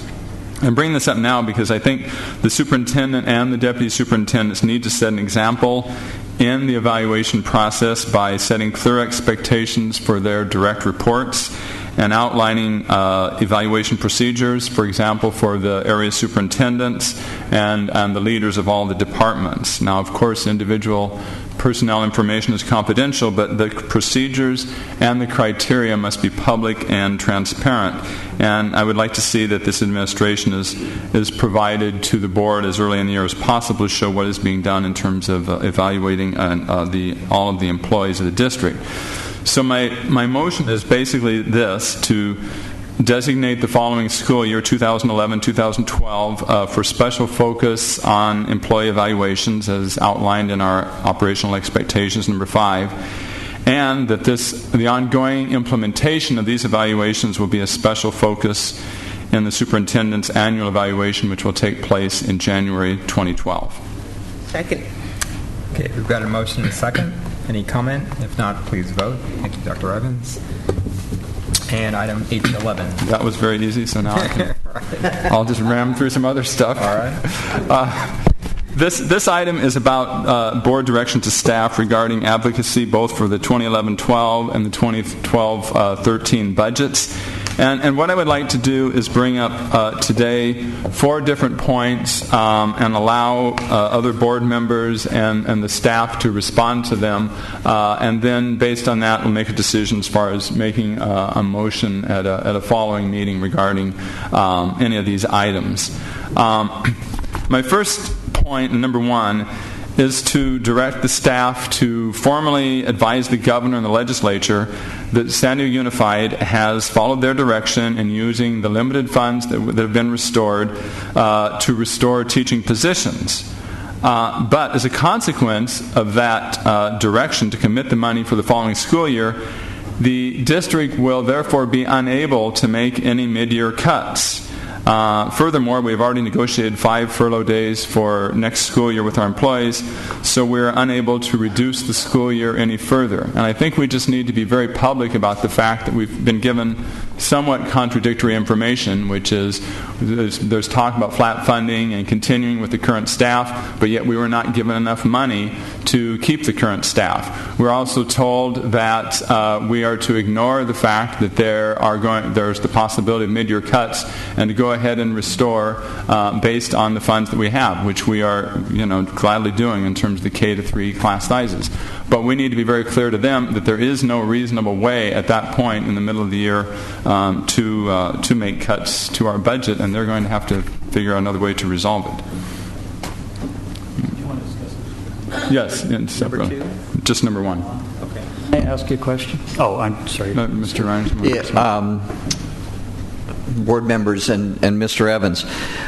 On this particular point, and as I shared with Mr. Evans, the governor in his signing message and in meetings after the budget was adopted did direct school districts to do everything possible that they need to anticipate the mid-year cuts. The legislation allows districts to impose an additional 7 days on top of the 5 that we have, but that requires negotiations with bargaining units. One of the comments that the governor's staff made after the budget was adopted was most districts have reopeners. Well, we do not have one, so we would need to request to reopen, which puts us in the difficult position that we're in. But that was how the law was adopted. The 7 furlough days are there. The governor's signing message directs districts to take whatever actions they can to prepare for it. And I don't anticipate that there'll be any changes to that direction. The governor was very clear that the law was written to allow the 7 additional furlough days and that districts should take action to prepare for that possibility. So advocacy in this area to change that at this point, we don't see as being very productive. In fact, CSBA today indicated that they're actually going to try to amend AB 114 to remove some of those provisions. Whether or not that's going to be successful, we'll see. Well, we could participate in that. We just saw that today, so we'll see what happens. But my point is the governor was very clear in his signing message that districts have the 7-day furlough option for mid-year cuts, and that they should prepare for that as an eventuality, and that those are in addition to the 5 that we already have. But they do need to be negotiated. Which is interesting because when we are presenting budgets, we are not allowed to present potentially negotiable items which have not already been negotiated and signed. And so I think what I'm trying to illustrate here is we're put in a very difficult situation between a rock and a hard place in terms of being told to do one thing but not. We cannot mandate or arbitrarily impose further reduction of the school year. Mr. Barnett. I saw CSBA's email today as well. If we might want to look at what that legislation is and whether we want to support it or not. But your point here, Mr. Evans, that on the one hand, you have the legislature's action, you have the words in the law. And then you have the governor saying, well, I signed this, and the words in the law say this, but, I didn't really mean it all. Which is essentially his intent. I don't know what how much power the governor's intent has versus the language in the legislation. But you say here that the district will be unable to make any mid-year cuts. That's actually not correct. The district has $1 billion budget. We have, if the board has directed the staff to, up to now, restore about $22 million of expenditures. If mid-year there are not the funds available, in fact, as of today, the controller said it looks like tax revenues are down in May and June, so they're already going down. But mid-year, we have $1 billion budget. There are certain things we cannot cut. We can't lay off teachers. But we are legally able to make other cuts, hundreds of millions of dollars worth. So I think it's important to point out that there will be consequences. If mid-year cuts in the state budget, we will be required to make cuts to balance our budget. And those cuts will have to come primarily from classified employees, because classified employees can be laid off with 45 days notice. Certified employees, you need to go through the teachers through the pink slip process. So by basically going down this road and spending this $20-some-odd million, if the revenues are short, this board will have no option but to cut other items in the budget besides those funding for certified employees. So it's not true to say we can't cut. We don't want to cut, but we still have an obligation to make payroll every month. And if the money isn't there, we have to make our $80 million a month overhead. So, we can't just say the governor. I understand what you're saying. The legislature says, well, you guys be potted plants and just do this regardless of the fiscal impact. And then the governor is saying, well, I didn't really mean it. But the bottom line is we ultimately have the fiduciary responsibility to make sure we can pay our bills. And if we are looking in January at cuts and we don't have the cash flow, if we cannot negotiate an additional reduction of the school year, which even that alone would save mid-year maybe $12 million, I'm estimating, if it's done mid-year, then we have to find other ways to balance our budget. I guess I support what Dr. Evans is saying here, because what this is about is advocacy. If we're in a situation in 6 months that we've got to be making cuts, then we're gonna have to make those cuts. But But it doesn't mean that we sit back and just simply accept that there would be further cuts to K-12. We would not have accepted that in the resolution of the budget. If they had just cut K-12 up front, we would not have accepted that. We would have advocated against it. And if what this ultimately turns out to be is some backdoor cut because their revenue projections aren't there, then we need to advocate against that as well. I think one thing that's important for us all to realize, the budget adoption was helpful, restored some revenue. Hopefully that revenue is still there. Hopefully there's no mandate from the state to do mid-year cuts. But the state absolutely manipulated the benchmark for Prop 98 in passing this budget. So what Prop 98 says is if there's increased revenue, 40% of that goes to K-12. Well, they're projecting $4 billion of increased revenue in their budget, and yet they're keeping K-12 funding flat. If they didn't manipulate Prop 98, and if that money came in the way it's supposed to under Prop 98, that would be roughly another $1.6 billion statewide to K-12 on top of the level funding that they have provided, which would mean not just an additional $36 million that the level funding restores, but probably another $25 million or so on top of that. Under the state-adopted, the voter-approved Prop 98, the state owes us potentially another $25 million on top of that, on top of the roughly $250 million that they owe us every year for failure to meet Prop 98 in the past. So I think the point is that we can't just simply sit back and accept the notion of mid-year cuts to K-12 if it comes about. We should be advocating against cuts to K-12, period. We should be advocating for the money that we're owed under Prop 98. And if those cuts happen mid-year, or if those cuts are proposed next year, or whenever they would be proposed, we have to advocate and fight against that. So I support that notion. Dr. Evans, what you're doing is you're having a discussion right now, and then you would come back with a motion. Right, based on what we come up with, I'll bring back next week. Okay. I support everything you said, President Breyer. I just wanted to make, in your specific item 1, that second section was just not, I don't want to have a fact check. Unable to. Extremely difficult. Yeah. Everybody else gets one. Okay. If there are any more comments, I'll move on to the second item, which is directing the staff to develop an advocacy plan to align the dates we're given our budgets and the dates we must make personnel decisions. And I'm just giving examples here. One option is to give us our budget figures by March 15th, the budget figures that we're actually allowed to use, so we can make personnel decisions before the March 15th layoff deadline.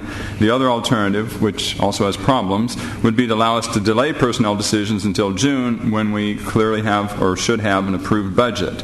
And to outline the problem, I just want to go over very quickly what happened this year. In January 2011, the governor introduced a proposed budget, and we had an approximate $60 million cut. However, in the meantime, by March 2011, when we had to issue an interim report, we were instructed by our overseers that we must base our budget on a potential cut of $115 million, which they rather arbitrarily came up with. We were not allowed to follow the governor's proposed budget because it was based on tax extensions that weren't likely to happen. And furthermore, if we didn't include layoffs to meet that shortfall in the budget, we would not get a positive rating. The County Office of Education would then take the first steps in March to take control of the district. So we approved the layoffs on March 15th, which is the legally mandated deadline, to at least delay any county intervention until June. We were holding things off. Then in May 2011, the governor's May revision was issued, and it was very similar, I believe, to the January budget. But once again, the budget overseers did not allow us to use those figures, but insisted that we continue with the $115 million cut. Moving up to June 2011, the legislature passed the budget, which the governor vetoed.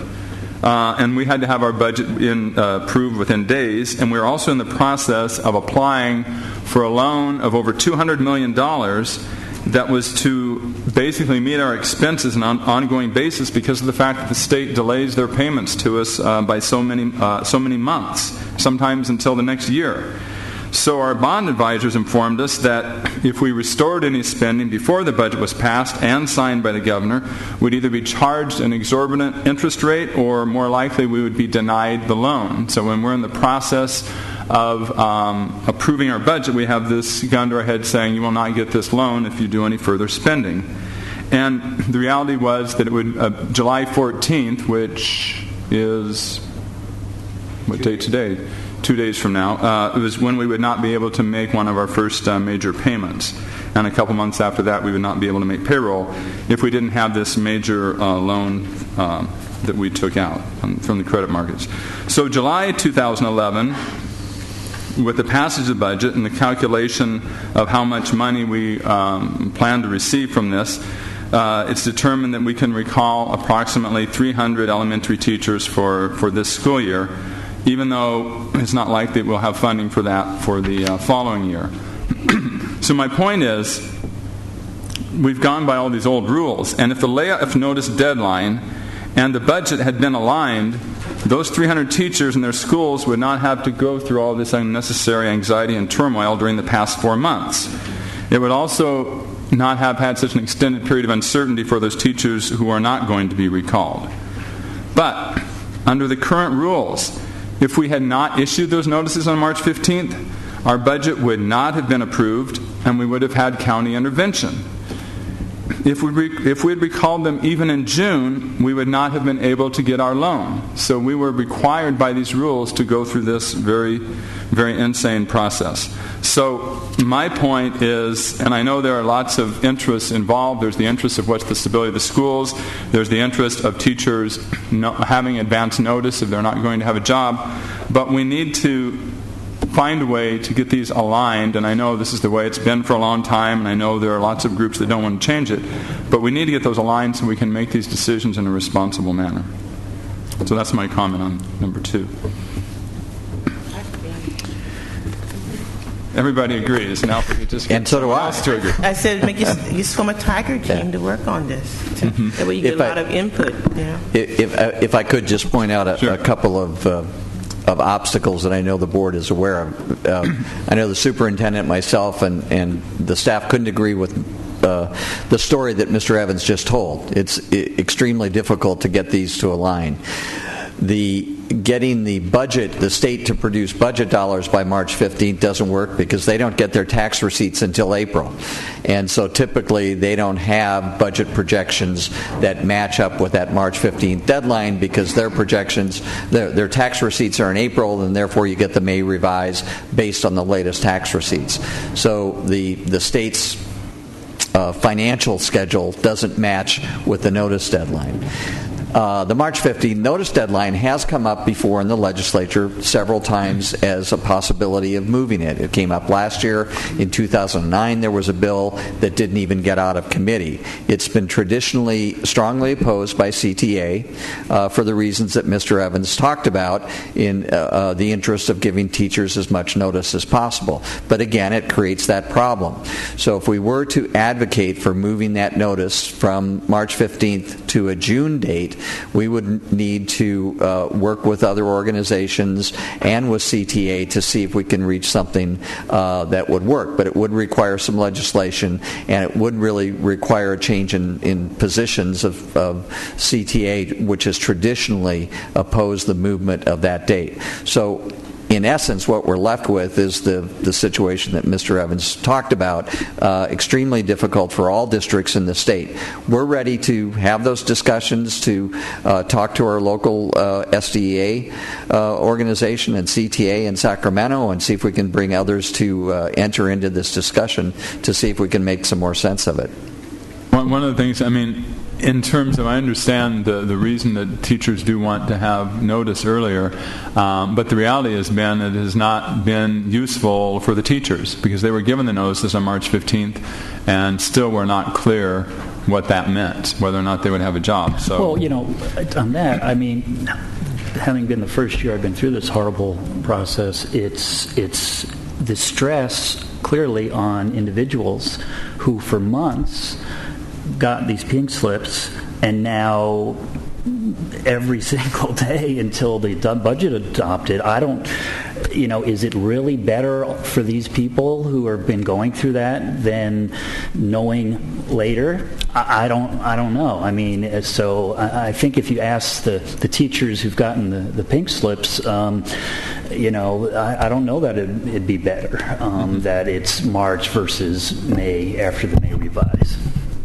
In the interest of a more transparent government, when did you have this typed up and ready to go with all the details and the specifics of your comments? This weekend. Okay, because this is what I received on Friday in my board packet. Right. All it says is that John Lee Evans would like to talk about advocacy. This is what I received 5 minutes ago. And there's two sides articulating all the different points and and this is great. I just wish that we, in the interest of transparency in government, we would have been able to have this available on Friday in all of our board packets, and so that the public could read over and contribute to the conversation, or maybe there might be people in the community that would like to speak to some of these specific issues. And so I was just hopeful that in the future that as board members we might want to try to just keep that in mind. And I know we've discussed this in terms of board governance in the past, in the 11th hour or the last minute resolutions coming forward. So, while I wholeheartedly, because when I saw advocacy for future budgets, I thought I'm on board, but not having the time to process and digest what's in this single typed up paper, and then having the opportunity then over the weekend to maybe reach out to members of the community or call a few principals and ask them for their input. It's kind of hard for me to make a decision with 2 minutes without having any time to reach out to affected members of my community. And I want to be able to do that from time to time on important issues, especially on budget issues. Cheryl never nags me to get my memos in early, and so, I think I'm just kidding. No, I mean, I completely agree with Kevin that it is better sooner, and that is one of the reasons, first of all, why I said I'm going to bring this up for discussion right now and not propose action, because of the fact that it wasn't publicly exposed before. And I do believe it did go online before today. Is that correct? It went online at the, Right, but I mean, it right. should be in our Friday board packet so that all the absolutely, can read. Absolutely. But that's why I basically amended it to not take action. And so I really want to. I want to say thank you for not making this an action item tonight, so that the board members can then, go, have time to process it more than just a couple minutes. Sure. Thank you. Can I just ask Bernie? My understanding is that the state is able to basically adopt a bill committing funding for K-12 separate from and prior to adoption of a final state budget.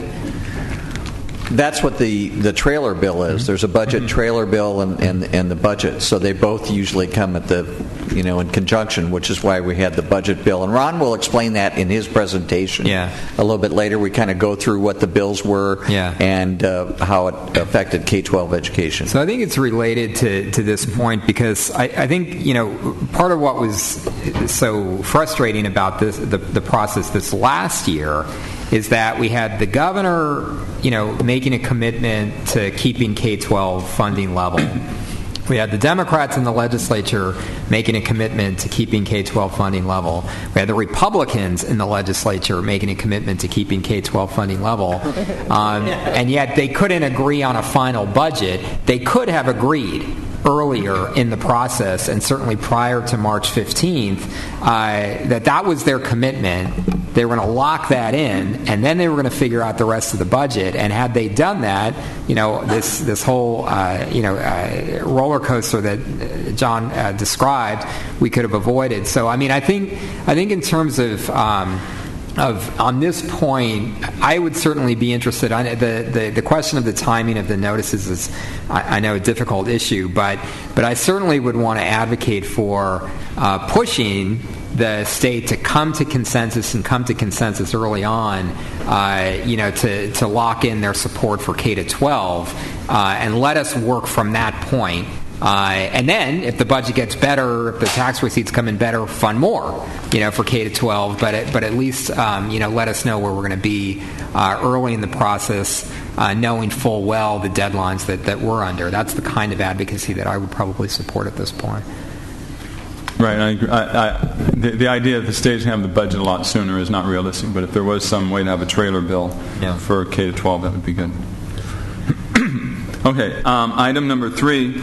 And I'm going to even revise this into really a simpler point, which is basically comes back to the issue of the state presented the idea that they were providing flat funding, similar to 2010, 2011, which gave the impression that we would be able to have the same programs and personnel that we have now, which is not the case, because the reality was we had holes being filled by stimulus funds the last couple of years, by the jobs bill, and other funds. So flat funding is not really flat funding in terms of when it comes to the funds we have available for the district. And so really on this item, it's not quite written this way here, but the essence of what I'm trying to come up with is at least to have the district to tell the state, for us to maintain current programs, which is way below what we want, but at least to be able to come up with a figure in terms of ADA and so forth. This is what flat funding would be, because flat funding, quote, flat funding would not be having the same ADA. It would be the funding necessary to keep the current programs going. I mean, we have filled holes, as I said, through stimulus money, also through one-time funds, such as selling property. These are very limited, time-limited things that we could do that are, less and less available to us. And when they're talking about flat funding, when they're talking about maintaining current programs, I mean, in the last few years, we have just been saying, don't cut us any further. We'll figure out how to move our resources around and do the best we can. Just don't cut us any further. But I think at this point, the definition of "don't cut us any further" means how, for the following year, what ADA funds do we need to keep operating at the same level? I think Mr. Barrera made a point about the Prop 98 deferrals. This district, if you look at that, we calculated it, I think, last year at $200+ million that have been deferred to this district. Yeah.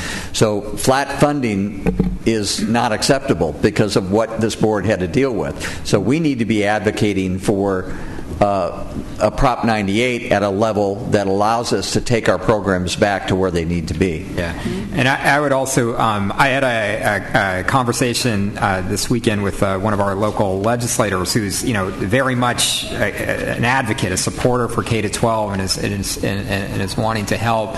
But he said, I don't understand. We kept funding current. Why do you have to make cuts? When we kept funding current, and I think that's precisely why we've got to point this out, because our expenses are not, don't stay flat. If I could, excuse me, when they say it's flat funding, okay, that's given us the same dollars we had last year. Yeah. But who kept health care flat? Right. Fuel costs for 500 buses flat. Yeah. Any additional utility bill price hikes flat. Yeah. Flat funding is a negative budget. That's right. That's clear enough. Yeah. So I think making this point is, I would agree. Yeah. And finally, item number 4 is directing staff to form a working partnership with the largest urban districts in California. We do get together with the other districts in San Diego County, but we have a lot more in common with Los Angeles, San Francisco, Fresno, Oakland than we do with the surrounding some of the surrounding suburban districts. We represent a significant percentage of the student in these 10 largest districts of the students in the state of California. Certainly the highest need students, which is very different than a lot of the other districts. And so we need to have a way, if all of the, because divide and conquer has always been the strategy for the state. We will make these cuts and we'll have you fight among yourselves in the districts about, what to do about it. And the same thing if each district is kind of in an isolated way out there trying to solve its own problem. I just use an example here. Last year, we put Proposition J on the ballot to get, which would have provided almost $50 million of funds right now for our schools. We had, barely, but we had a majority vote, and according to current laws, that's not acceptable. We needed 2/3. That's just one area of advocacy that is certainly would be common for a lot of the districts in the state to work together on, in terms of lowering the threshold so that we can actually be allowed to pass local money for local schools.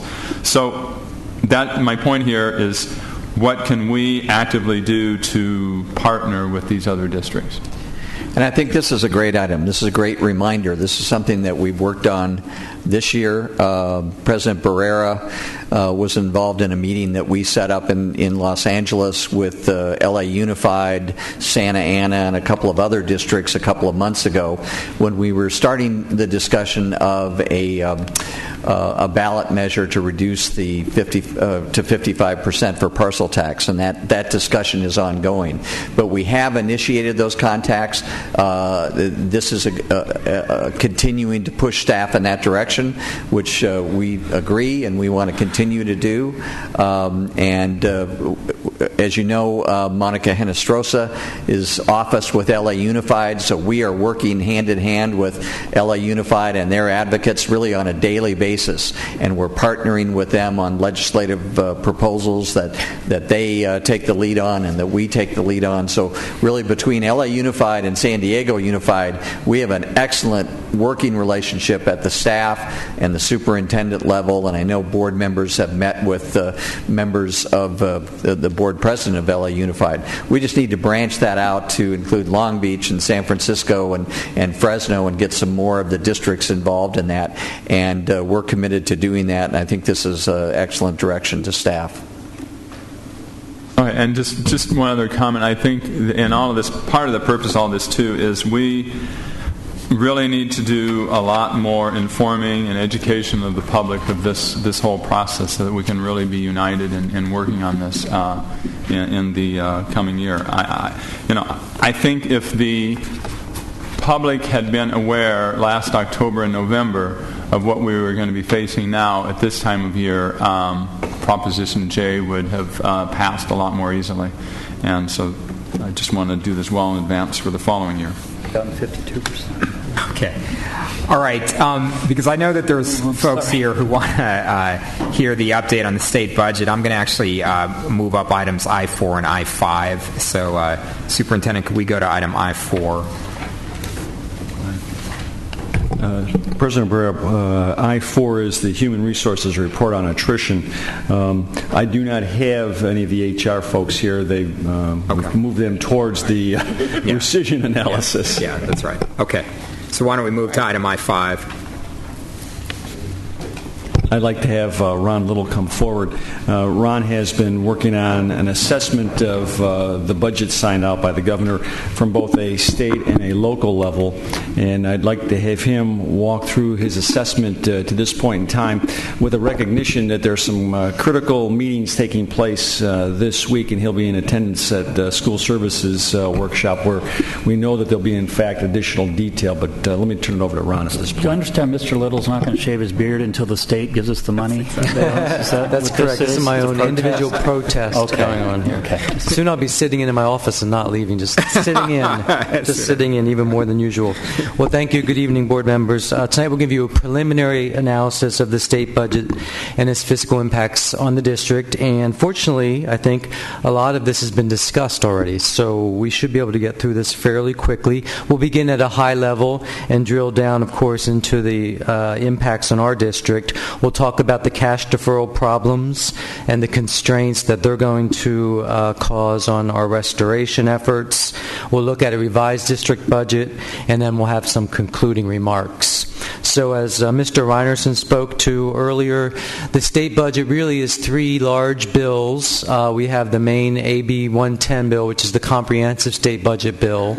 Then we have an education trailer bill, AB 114, that really talks about the K-12 provisions, including assumptions to make about revenue. We'll look at some detail here. And then we have the trigger provision bills, which is the trigger provision bill, which is AB 121, which talks about what to do in case of mid-year cuts.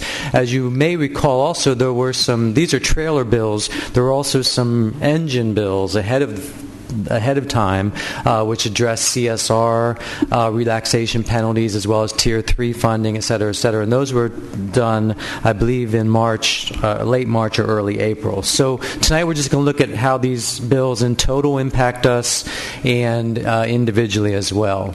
As President Barrera mentioned previously, there's a lot of manipulation going around. Prop 98. Prop 98 is the law, right? It establishes the base funding for K-12 education. It's not done that effectively, as we all know, for the past 5 years. And this is another example of how it fails to meet its intent, which was, of course, to provide a base from which we build, right, not to go under. And so, as the President mentioned, here's how they manipulated. They pulled out the child care funding from Prop 98 this year, and they've moved a portion of the sales tax revenues to local governments. In the past, when they've done that, they've written in some language that have held school district harmless. That language is not in this current bill, and so we're looking at about a $3.3 billion reduction to Prop 98. If all of that were to go to K-12 education, that's about a $60 million hit to our district in 1 year's time, right, and ongoing. Big picture, as we've heard, flat funding for K-12 compared to the current year. Of course, that's based on $4 billion of new revenues. As Trustee Barnett mentioned, that's already 30% below where the state estimated they would be. It's very early, obviously, but that's May and June numbers. An additional 2.1 deferral, which we're going to look at in some detail coming up. As we know, mental health services have been shifted to districts. That was concretized in this budget. Child care funding reductions. We have budgeted for some. I think we're covered there. And, of course, the August layoff window has been eliminated. One thing that didn't make this list that we should note, of course, is the mandated claims reimbursements, which have been reduced significantly. And we're still waiting to see and hear how much those have been reduced. This year, as you know, we got about $6 million in mandated cost reimbursements, and we're anticipating very little, if any, next year as well. But we'll have more about that next week after we go to some of the seminars that are coming up that Superintendent Koba mentioned. AB 121, trigger provisions. Mr. Reiner mentioned these. What happens if the state revenues don't track to the $4 billion that they're anticipated? We would be pretty held harmless until the last $2 billion. So if $3 to $4 billion of revenues were received, there'd be no cuts across the state. If $2 to $3 billion of revenues were received, Tier 1 implementation, $500 million of reductions primarily to higher ed, and the rest would be kind of pushed over to 2012, 2013. And I meant to mention the first tier, to the extent that we don't realize the $4 billion, anything less than that would be pushed over into 2012, 2013 with respect to a deficit, which makes you wonder about 2012, 2013, but we're not allowed to look there really. The third tier, of course, or the second tier would be if we only realized $0 to $2 billion worth of revenues, then of course we're short, and that's when the K-12 reductions would kick in. About $1.5 billion of reductions to K-12, most of that on the ADA revenue limit funding, and a little bit of that to home-to-school transportation. So our portion of that $1.5 billion is about 1.5% of that? Yeah, that's going to be coming up, but okay. That's worth about $25 million to us, that reduction. To us, to Trustee Evans' point. For us, as you know, we've been talking about it for some time, the flat funding is worth about $36.4 million to the district. And that is simply, the $330 per ADA that we've been, putting aside and not projecting as revenue, times our average daily attendance. So the district itself has about 115,500 students, and their enrollment is, their attendance rather is about 96%. That generates our ADA. We get funded on ADA, not on enrollment. So that's where we get the $36.4 million figure, as opposed to some other figures that are out there in the public, such as $44 million, which is based on enrollment and not on attendance, attendance factors. The increased deferrals we're going to see is just obviously less cash in the bank. With the mental health services shifted back to the district again, we're anticipating about $8 million of additional costs to our Student Services Department, and the decreased funding to preschool and CDC programs. We expect to hear more about that Thursday at the School Services of California seminar, as well as next week from some others. Ron, could you just, on the $8 million of additional mental health costs, but will that be offset by additional revenue? Yes, that's on our risk list. We're projecting right now about $6.5 million of revenues, so there's a little deficit there in terms of the funding gap, but we'll come back to that. So the remaining questions from the state budget perspective is, what does School Services of California read into the budget? Typically, we're ahead of the curve here. We're bringing you this analysis prior to us hearing what School Services has to say, and some others that we usually get briefed upon or by. To President Barrera's point, we're not clear that the mental health funding will cover the costs that we've been mandated to provide for the services. We're not sure about the level of CDC funding. We have many questions, of course, about the state economy. The unemployment numbers don't look any better.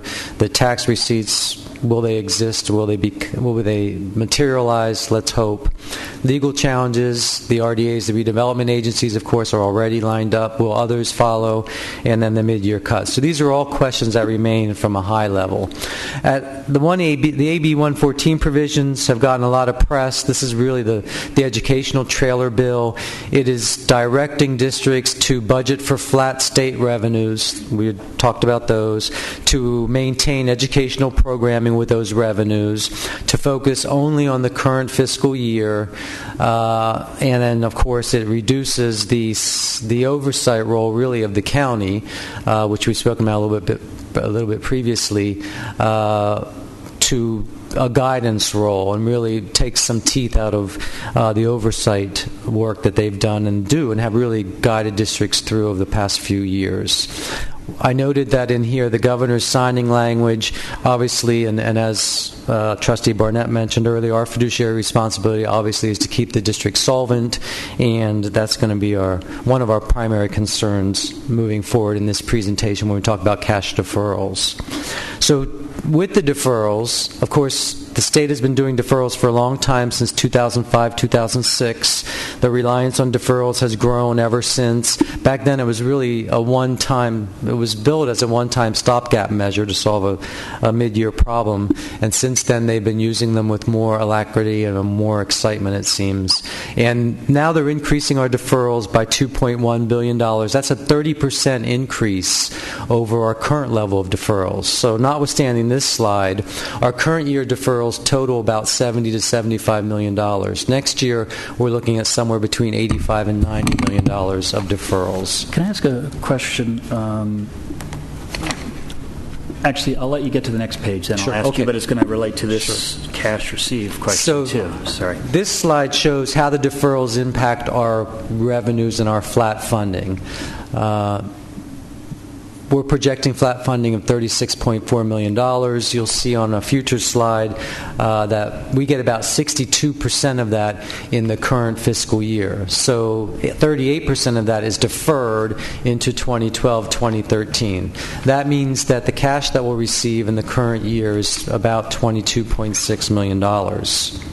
Similarly, the class size reduction with the restorations that we just did, that we just put into place, we would generate an additional $9.3 million of CSR revenues over what we generated from the first grade CSR that we did some while back.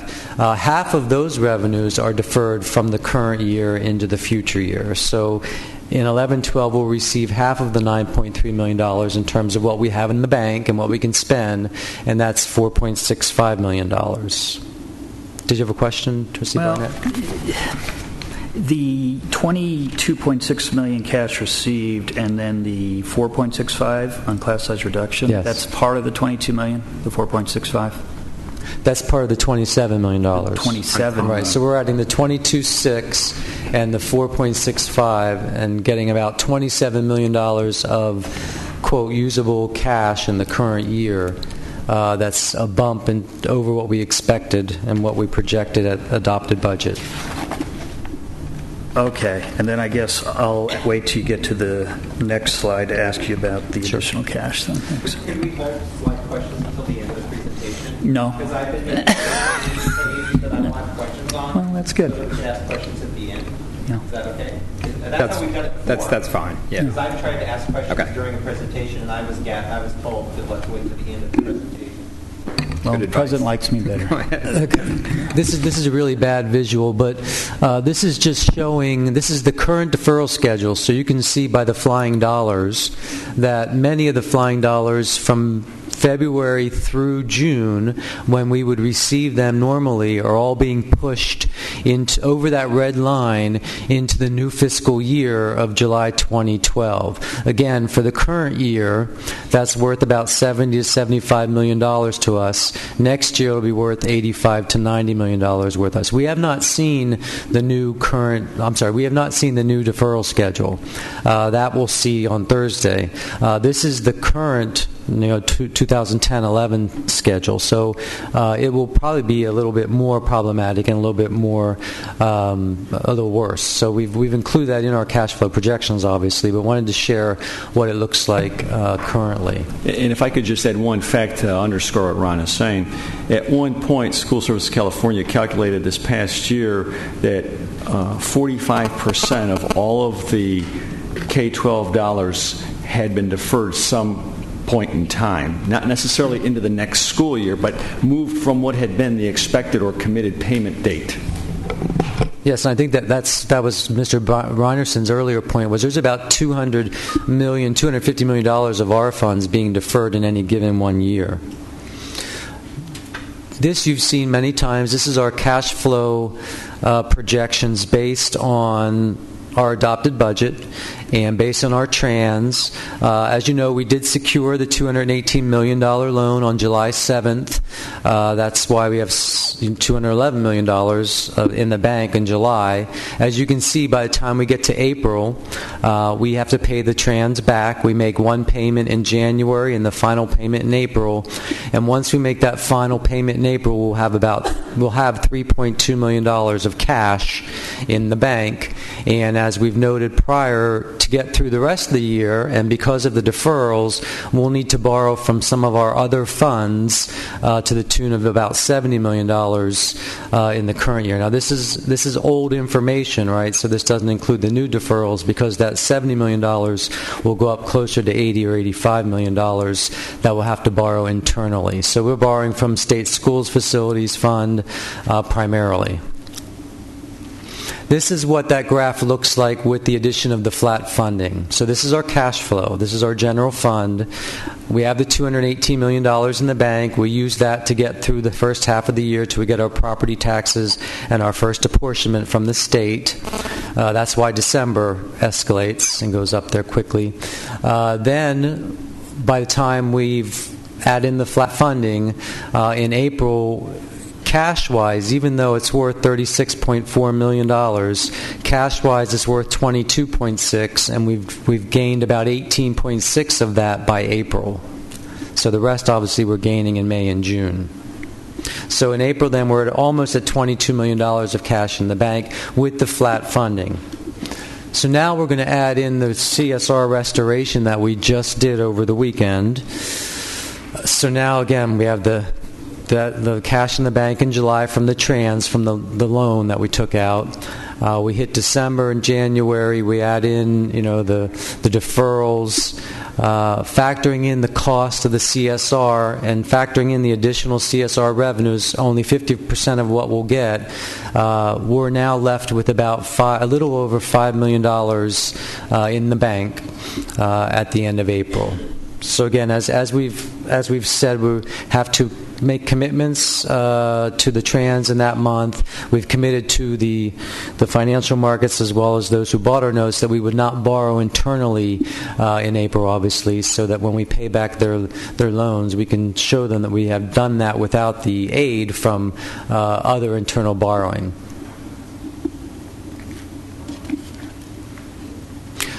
So we have about a $5 million cash balance at the end of April, and these are some of the other risks that we've mentioned actually already or have identified since then. Most of these we know about. The mental health services we've talked about.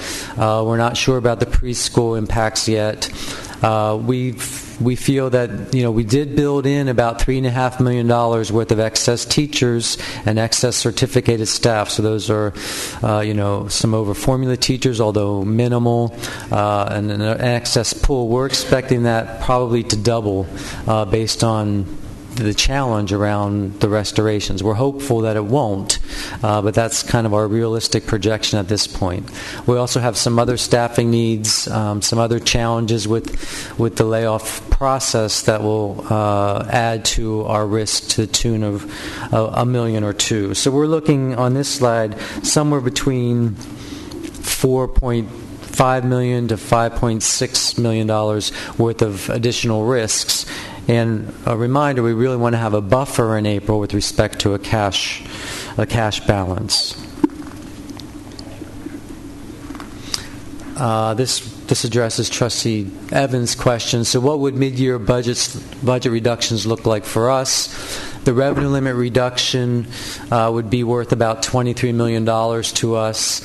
7 additional furlough days generates about $25 million of savings based on our current estimates. And then the home-to-school transportation is about $2.5 million. We would simply have to backfill that, obviously, with our general fund dollars to cover the transportation costs. But that's annual, the furlough days, $7 million, isn't it? 7 days. 7 days period would equate to $25 million. You can do it from January to June? If we took the 7 days at the end of the school year and cut 7 days off from that, we would generate the full 7-day savings. Let me just, as we amplify on this for Ron at mid-year, what we need to do in the next 6 months is to closely look at unencumbered balances to see if we need to push costs toward the latter part of the year, vacancies, and any and all other non-spent, non-designated dollars just to regulate risk from now through January, even though we've all talked about previously what is the mid-year cut probability. We still need to do due diligence to look at those non-designated dollars. Thank you. So we've been talking about cash up to this point. Now we're back to revenues and expenditures, which is kind of a different language. And this is what our revised district budget looks like currently. So we've added in the additional revenue. So the flat revenue of $36.4 million plus the $9.3 of CSR revenue, even though we know we're only getting 38% of that this current year. And we've added in the expenditures for the CSR reductions, the K2 and 3 that we're now in the process of rescinding. That's realized, all of those expenses are realized obviously in 1 year's time. So we don't have the luxury of pushing any of those, deferring those. So that's worth about $26.7 million.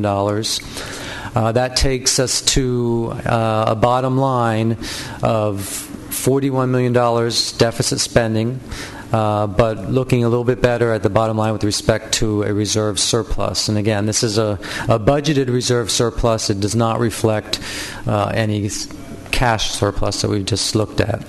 In order to balance the following 2 years based on these, now again, we're assuming these flat funds are ongoing, which is a big assumption, and we're assuming that we can keep CSR in place, which would be a good assumption. We would need to make about $56.7 million of reductions in 12-13 and another $66.6 in 13-14 to continue to balance our budget. I would just also point out that line 1 is a very crucial line. That's our beginning balance. That's our general fund balance. You can see that it continues to decrease. So in 11-12, with the influx of the state money, we'll be at $96.6 million. We'll deficit spend to the tune of over $40 million. The following year, we're down to a starting point of $55 million. We'll deficit spend again on current projections to the tune of $30 million. So by 13-14, we're down to $25 million in the bank as a starting balance, and that's with $66 million of reductions. And that's when things will get really beyond repair, I think. In 2012, 2013, we will have used our reserves. So the deficit spending for next year and the year after, if we don't correct it, we'll have worked through all of our reserves, and we'll be in a position where we won't have those to draw from moving forward. So in terms of closing comments, again, we need to make sure that we can meet our financial obligations. As we noted earlier, $80 million monthly. We need to honor the trans requirements of a cushion in April with respect to a cash balance. As was mentioned previously, open some negotiations with respect to a potential shortened school year. Managing, as Superintendent Koba mentioned, our spending closely, looking at what expenses we can defer to the end of the year in May and June to free up some cash relief earlier in the year.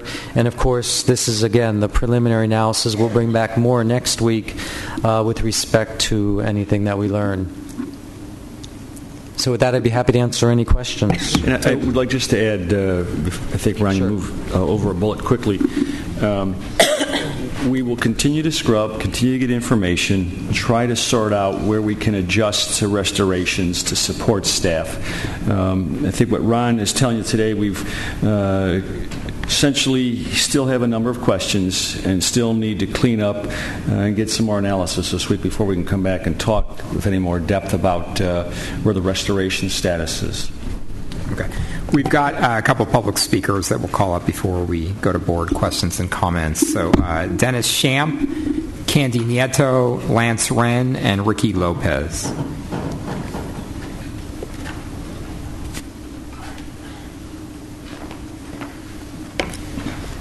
Good evening, board members, superintendent, and Mr. Little.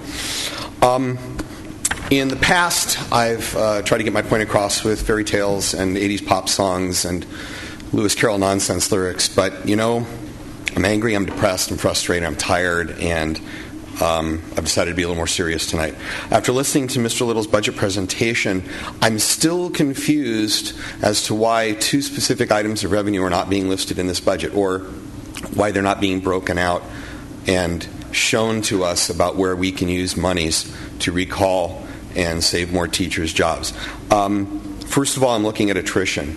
I mean, I know we don't have anyone from HR tonight, and I know Mr. Jackson prepared an attrition document.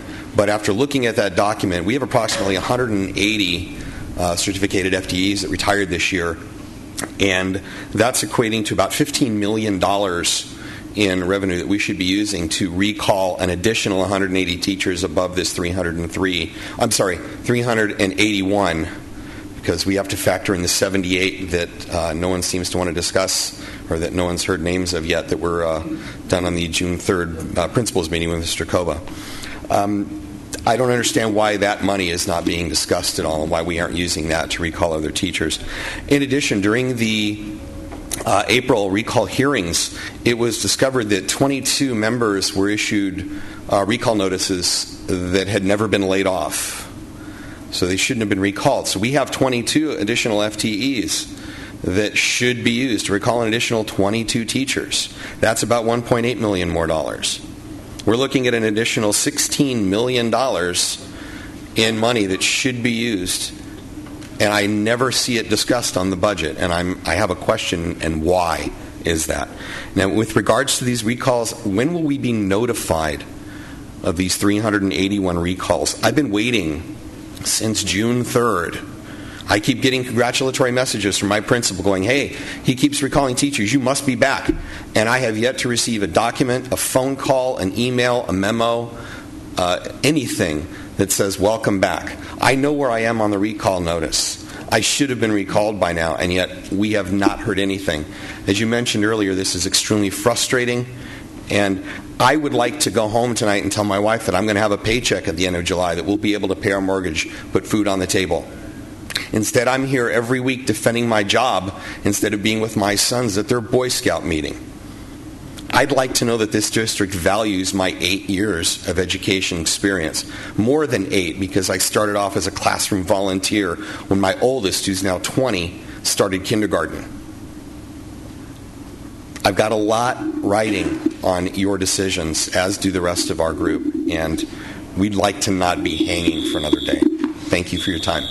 Thank you.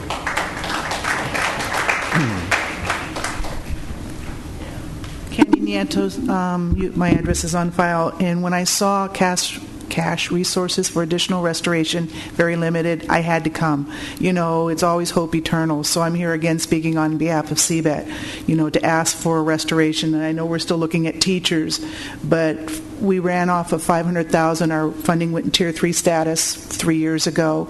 We ran a program at 10 schools. We tutored over 800 children 20 minutes a day. I had kindergarten teachers saying that our program impacted those children's reading and test scores.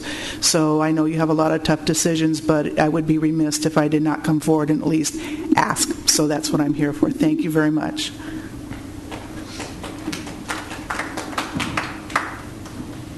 My name is Lance Wren, and I am the California School Employees Association Political Action Coordinator for Region 97.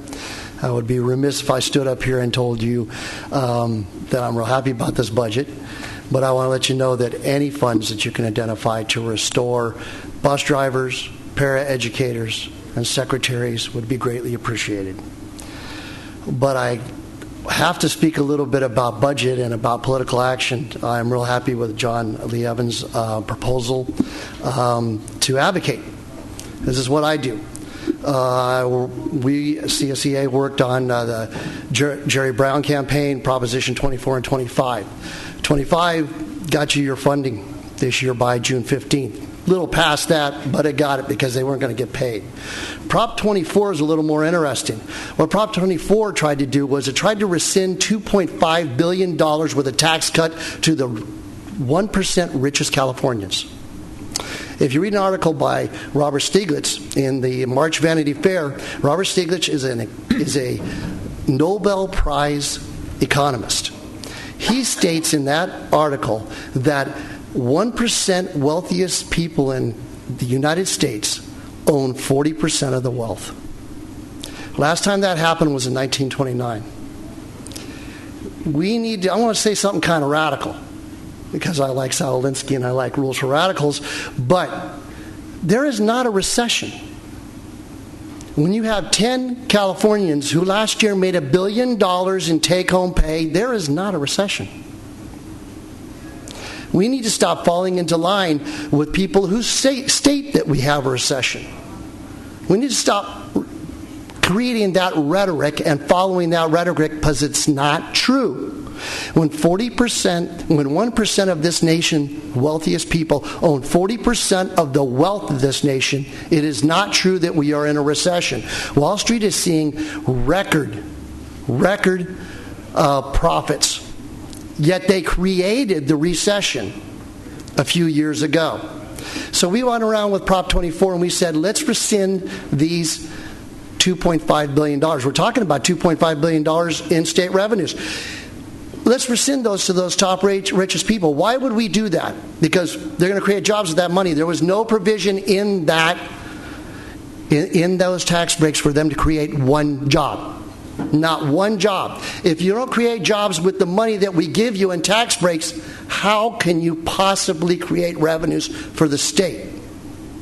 It's impossible. So that's the reason why I say I don't care about tax breaks for the rich as long as they create a job with the money they get. If you give a tax break to a rich corporation and they don't create a job, we're failing the students of California. Thank you. Thank you.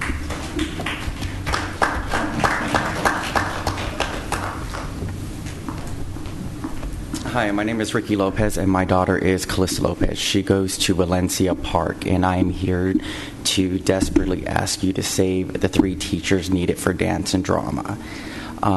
She was begging me this morning to come and please talk to you guys about this subject. I had no idea that we were about to lose these 3 teachers, because when she started a couple months ago, I was informed that the principal was working hard on it and there would not be an issue. If I had known there was an issue, I would have called my resources and my people within the entertainment industry to make sure we had the funding possible. And after today, I will go home and call those people and pull out my resources. And I can get my way. But I don't always get my way. And if you think about it, half of these students look forward to dance and drama. How can we cut that out and lower their self-esteem, the reason why they want to go to school? Not including some of these kids are probably in domestic violence situations. I mean, they truly need this to keep going. And on top of that, the school. These kids are actually performing above average. How are we going to cut that and take that from them? That's just not right. There's other ways that we can do this. There truly is. And if I can help in any other ways, let me know. I will pull every resource I have. Everyone. Thank you. Okay, let's go to questions and comments from board members. Mr. Beiser, you have been waiting patiently.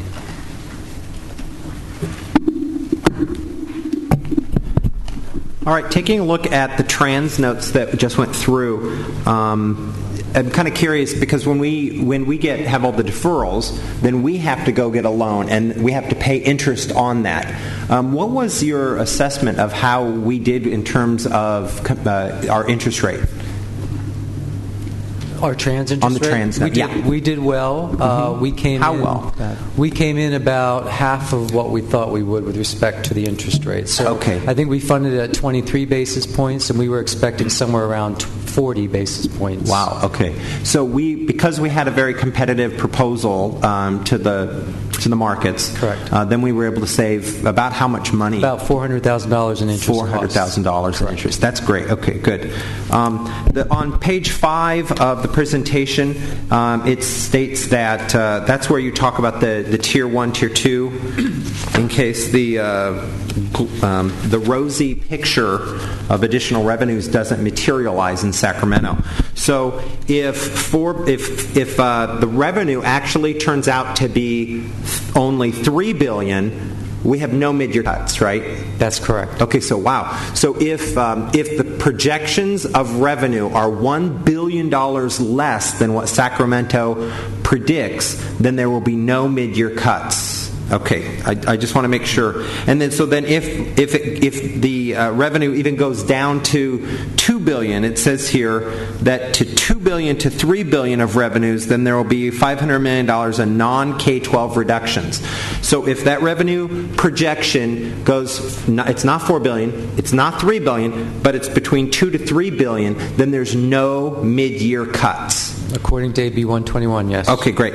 And so then when the revenue projections dip at below $2 billion or $2 billion and below, that's when we would be looking at something like a mid-year cut. Is that correct? That's correct. Okay. And according to the press conference on Friday, when you and the superintendent restored K through 3 class sizes, you made sure that you held back so that we would even then not realize a negative cash flow on any month. Is that correct, or is that not correct? with what we restored in terms of CSR, we still have a $5 million cash balance in April. Right. Okay. So even with that, you made sure that we still had a cash balance in April. A positive cash balance in April. Okay. All right. Just want to make sure. Now, going to the next page, page 6 in the presentation, ADA, there's been a little bit of misunderstanding, and I just want to clarify this and make sure that we're all on the same page in terms of the numbers with the $330 times ADA. Times 110,000. Now, some people think, and this is where I'd like some clarification. What's our student enrollment in San Diego Unified about?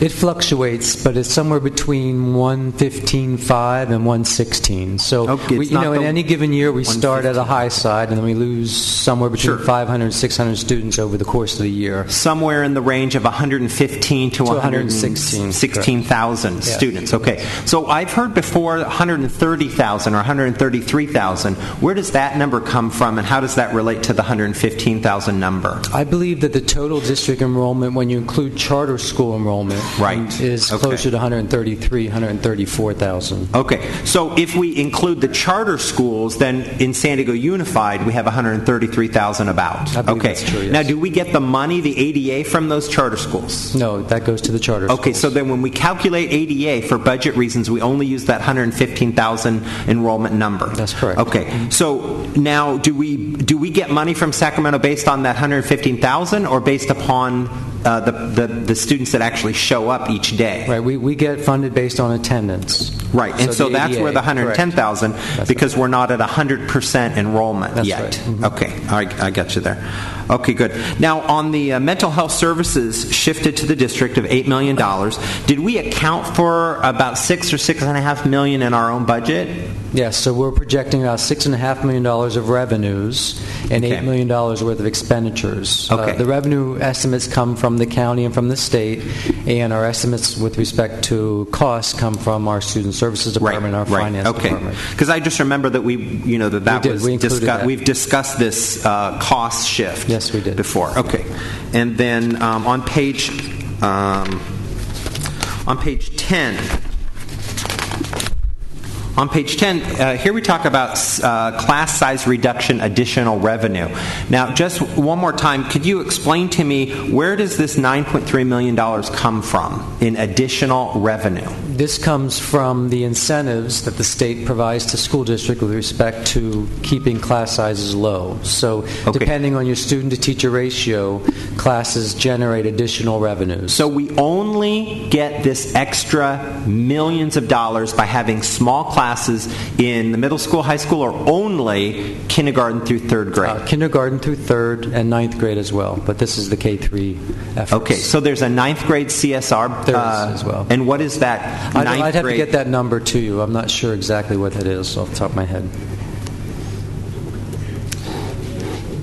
Yeah, there's a ninth grade CSR supplemental revenue stream. Okay, great.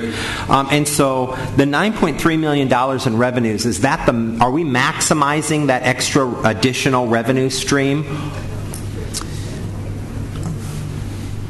Well, in other words, is the most we could get $9.3 million?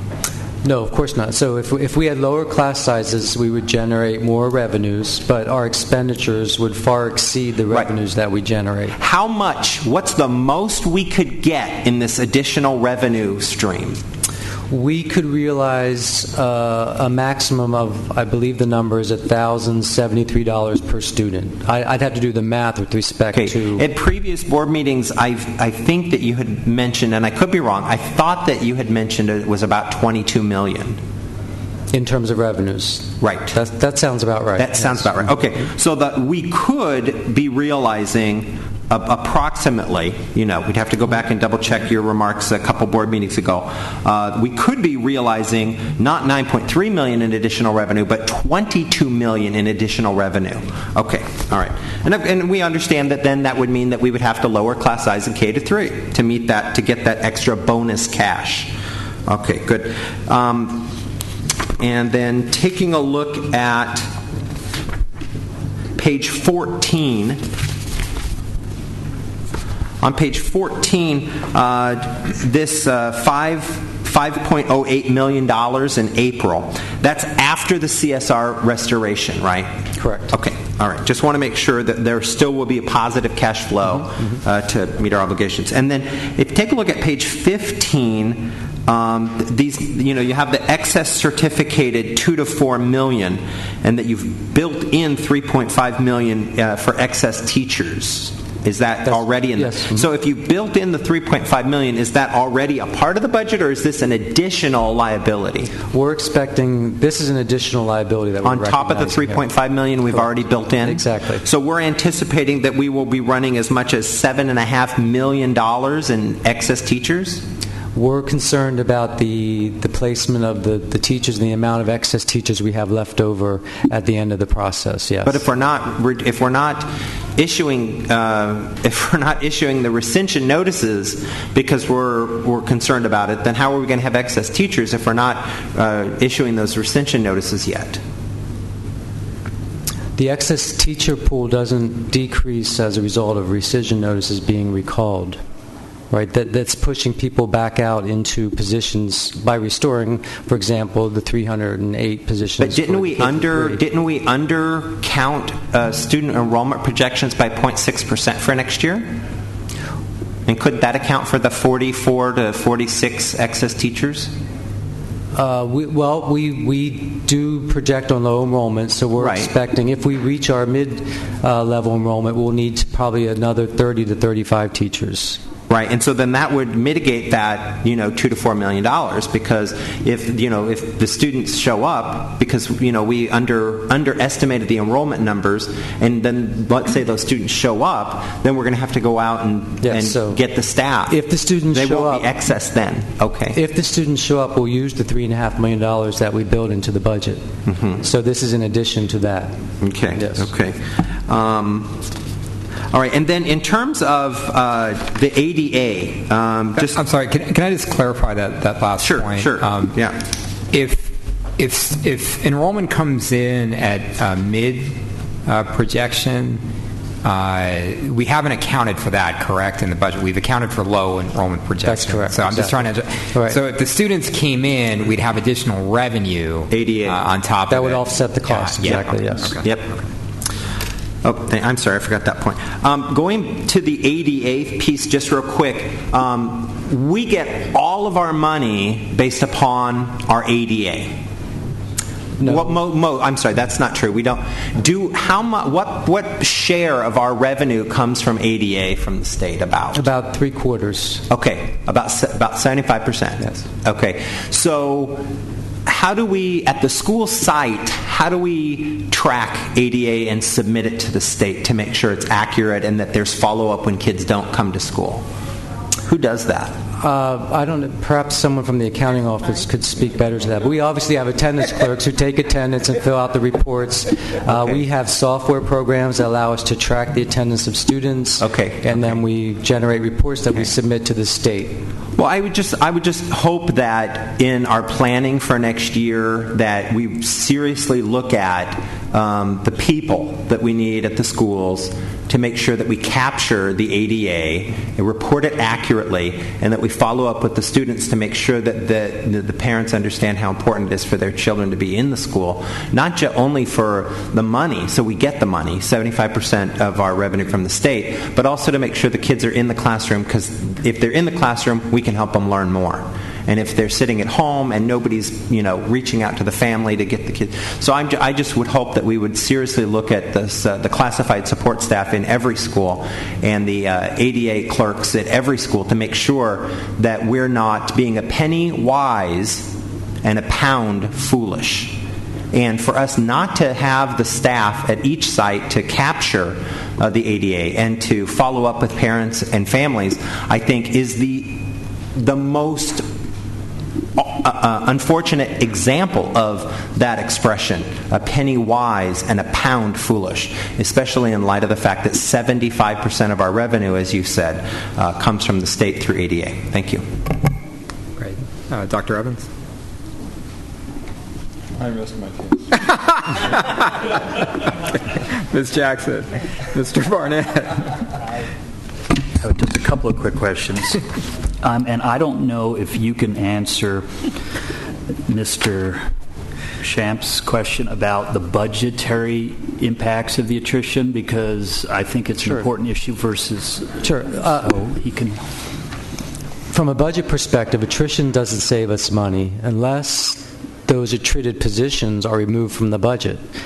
Once a person leaves the district for whatever reason, if they're retiring or they're moving across this country or going to another district, that position just remains unfilled, and it's still budgeted for in the next budget cycle because presumably we need it.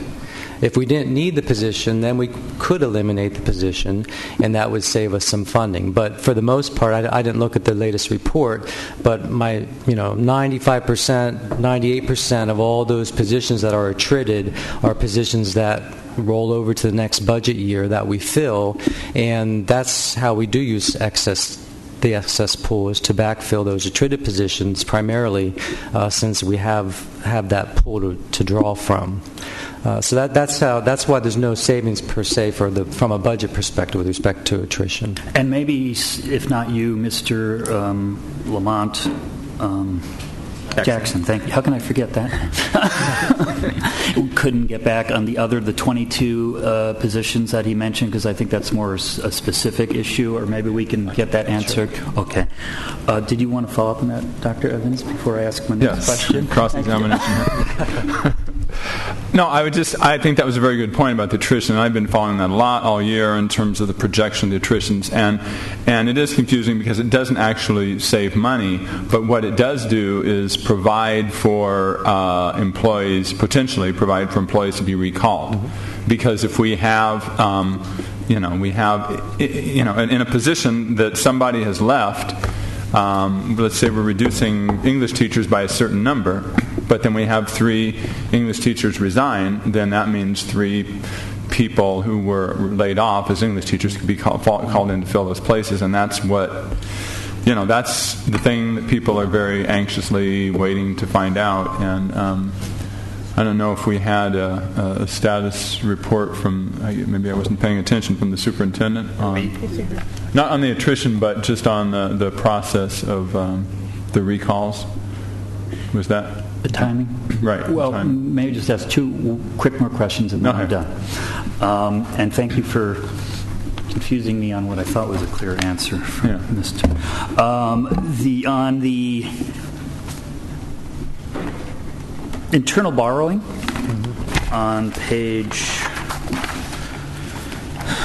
You said we need to internally borrow, what is it, $70 million? $70 million was our last current, page 12? 12 was our most recent projection. So those are from other reserves which you normally wouldn't be able to use for ongoing issues. Yes, so those are capital funds that we can borrow from by ed code, by statute. We have to pay back within 1 year, if not sooner, of borrowing. Do we have to pay interest? We can pay ourselves interest. We don't. It would impact the general fund adversely. Okay. And then if we were doing it the other way, we might charge interest. The 7, if worst case scenario, the revenues don't appear and we have to make mid-year cuts, one option to save costs is the 7 additional furlough days, which would of course have to be negotiated and all that. So we would have to, between the date that we get that notice, which we're saying mid-year would be January or February, then we would have to negotiate and come up agreement of finding those 7 days. I'm somewhere between January, February, and June. I think that's to come up with 25 plus million. That's how the state envisions it, and that was to Mr. Reinerson's earlier point. The state is recommending begin those negotiations now, so that's a tool in your toolbox if unfortunately we get there. That's all I had, Mr. President. Okay. A couple of things. So, if we could go to 15, our risk slide. Sure. So what we've built into our risks here is $1 million of staffing needs for school opening. Is that primarily what Mr. Beiser is referring to there in terms of front office staff at the schools? Is that what we're... That's what we're anticipating, some backfilling of needs with respect to some additional help at the sites. Yeah, okay. And what's your... I think you'd done a little projection, Ron, about the cost of restoring the front office staff to the schools from what had been cut out of the site-based budgets. Mm-hmm. About what was that? Yeah, we looked at a particular pool of workers, and that was the attendance clerks, to Trustee Beiser's point, at the elementary schools. And there's about, depending on the size of the elementary schools, the FTEs range from anywhere from 0.2 FTE all the way to a full-time 1.0 FTE. There's about 36 FTE across the district, across all elementary schools. To restore of that 36, 23 were purchased by the sites, and about 13 were not. So to restore the 13 that were not would cost about $570,000. And then the additional ones that were purchased are worth about a little over $1 million.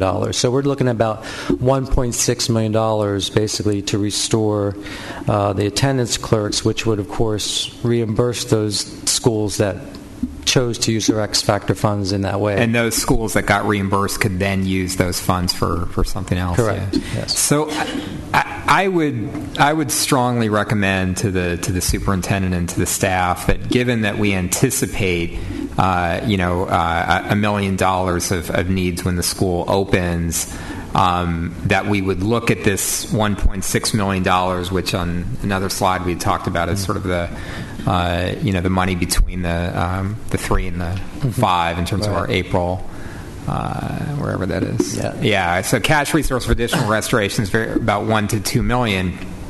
I'd recommend we take that 1.6. And do the restorations now of the front office of the attendance clerks. Can I second the recommendation? Well, I don't know that I'm making I know it's not an action item, but I still felt I wanted to second. Okay, well, good for you. So anyway, Could we put that? I mean, I think there's going to be discussions, if not the next agenda by August 2nd, of the specific impact of the restorations the board's already done, and plus additional potential priorities. I mean, we've heard people talk tonight about music. We've heard people talk about art. Although they may not all be penny wise and pound foolish, and there are penny positive. So I think, and also if we're going to do that, I think we need to do an analysis of what the net benefit would be. I mean, and I'm not opposed to it. I'm just saying there's IB, there's other management programs. So I mean, I think since this is discussing the state budget, I think we should, if the board's looking at making additional restorations, we should come forward and look at all the ones that we want, and then just prioritize them if we want to do any. So I'm not opposed to it. I'm just saying. I understand. Yeah, I think what would be helpful then would be, if we're talking about cash resources for additional restorations and $1 to $2 million, I think what would be helpful, even at our meeting next week, for the superintendent to come back with your recommendations of how to spend that money within the context of the June 21st board resolution, which outlines a set of priorities for spending the $36 million. I would say that's probably a better approach. If you add up all of these numbers and everything else we know, we could find out we've got $5 million of funding in our net revenue. We've already committed to $22 million out of the 27. We have $5 million. You add up all the risks, you could have $8 or $9 million in risk there. How do you move that money around? And we don't know what we're going to learn in the next few days. So I think we probably want to certainly support all that we can do to elevate the rescission, but let's get a few more pieces of information and come back and discuss this next week. So is that reasonable next week to come back with a a discussion that you would begin. Yeah, sorry, Ms. Jackson. I support us looking at that, but let me say this, and I've been trying to hold my peace here this evening. That is something that we should have considered in the beginning, and I know I brought that point up, and it was very clear that as those budgets came back to the district, someone had to look at them and make sure that people were not unnecessarily cutting out things that we need. And so my frustration comes because I expect the staff and us, but staff particularly, to really make sure that the things that protect this district, and a couple of years ago we went through this, where we cut the classified, they shifted them around, we lost millions of dollars because the attendance was not taken properly. We spent lots of time training people, getting them in positions to do this, and then we turn around and we do it again. We have to stop shooting ourselves in the foot. And so as we move forward, Superintendent Koba, I hope that we put something in place that will remind boards, this one and boards in the future, what not to do and the consequences of doing it. So they're not sitting at the last ninth hour saying, let's restore something that should have never been cut in the beginning with. And that's my frustration right now with this attendance class. And you're absolutely right. We have to account for our students. We do a poor job. We do a poor job because someone between us and middle management gets this crazy idea that in order to submit and cut their budget, they're going to cut these people off, and we lay them off, and then we realize, well, at least we're early now. We're here in July. Normally it's not until September that the schools are calling and saying, my God, how are we going to do this? But my point right now is that I made it very clear. I've made it very clear that someone should be reviewing these budgets about these front offices when we heard of people bringing in half-time people, because it's not appropriate for people to mismanage their budgets. Just go to the principal. I love you guys, but mismanage their budgets, and then all of a sudden we have a crisis and we have to go out and fix it. For those who did their budgets correctly, they need to be rewarded.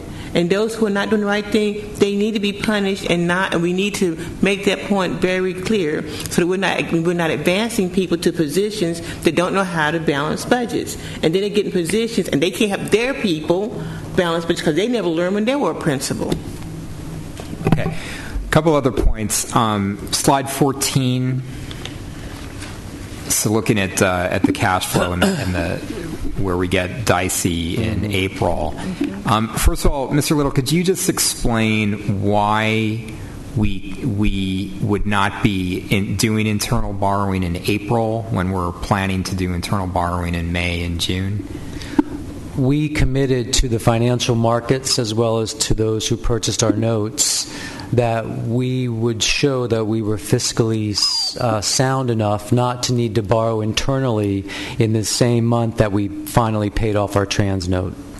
So we're paying 40% of our trans note in January. The last payment of 60%, which is about $135 million, comes due in April, and the investors want to make sure that we can honor our debt without borrowing internally from other funds to make that payment. And why would they care about whether we pay them off by borrowing from internal funds? That's a good question, because most districts don't have access to alternative liquidity like we do. So most districts don't have a state schools fund from which to draw down if things get tight. So from an investor's perspective, they want to make sure that within the realms of the general fund as the fund that's reaping the benefit of the loan, that we can show that that's a solid enough fund and fiscally strong enough to make the repayment without relying on other funds. So what happens if we do go negative in April? I mean, we're right on the margins, and surely they would have anticipated that it's possible that with these margins where they are, that we would have gone. Well, we can't go negative in April. We can't have negative cash in the bank. We won't be able to pay our bills. What happens if Well, we're going to do everything we can do to not get there. So, as Superintendent Koba mentioned, we'll be watching our spending rates. So, if we notice, by November that things are looking tight, then we'll start deferring our payments, as many as we can, till later in the year. And we'll continue doing that down the line, month after month, to get through April until we can borrow again in May from the other. So I think then what would be helpful in terms of, dealing with this risk in April, but also I think in terms of the, potentially freeing up some of that roughly $18 million in money that's being deferred that we'll get next year, in order to actually use some of it this year to do restorations. I think what would be helpful would be to look at a plan of what expenses we could push past April, as we go through the year. So, I guess the question would be, how would you put together, and by when could you put together, a plan to defer payments beyond April? That would take some time and some doing. As you know, most of our expenditures are of a smooth nature. So, our phone bill is monthly, our utilities is monthly, our paychecks are monthly. Remember that, 92% of our expenditures are payroll. That's a set amount every month. There's not going to be a lot that's there with respect to deferring. I would suggest it would probably take a couple weeks to look at what that number is, but it's not going to be substantial. Okay. So, again, for either purpose, whether it's just because we need to, so we don't go negative, or because we want to, because we want to do some more restoration. I think it would be helpful if in the next couple of weeks we get a plan for deferring payments. Slide 17. So the $56 million. $56 million problem that we identify for 12-13, does that include maintaining the K-3 restorations in 12-13? Yes, it does. Okay. Correct. Okay. And then the final point that I would have, and it's something that I guess we could ask the superintendent and to ask Mr. Reinerson and Monica to work on. I think it is important for the public to understand that just the amount of money that school districts are spending cumulatively around the state by having our cash deferred. So money that should be going to schools in the state budget that's budgeted for K-12 that instead is frankly going to Wall Street, both in terms of interest and in terms of paying the people who sell our trans notes. I think coming up with a dollar figure for what that is, money that should be in the classroom that's otherwise going to Wall Street, I think would be really helpful. And I know that there's some people who've been starting to look at that, but in terms of an advocacy point, I think that would be great. Okay, thank you, Mr. Lowe. Thank you. Good job. Thank you. Yeah. Okay. Why don't we then go back to our district operations? So this is item I-1. So item I-1 are information reports on these OEs, and then I-2 is we're looking for a motion. So Superintendent, do you want to kick us off? President Burrow, I-1 is a collection of just small updates that we had. There's particular lines within each of the operational expectations where we were asking to come back to the board. In this, if I want to, can start off with the first one was operational expectation 2, which is Nellie's area for the instructional program. Yeah, and I just want to clarify for the public, the reason that we've asked for an update on these specific operational expectations is these are the foundation of the issues that we're using to do your progress report and your evaluation. Right. So thank you. Okay, yes, thank you.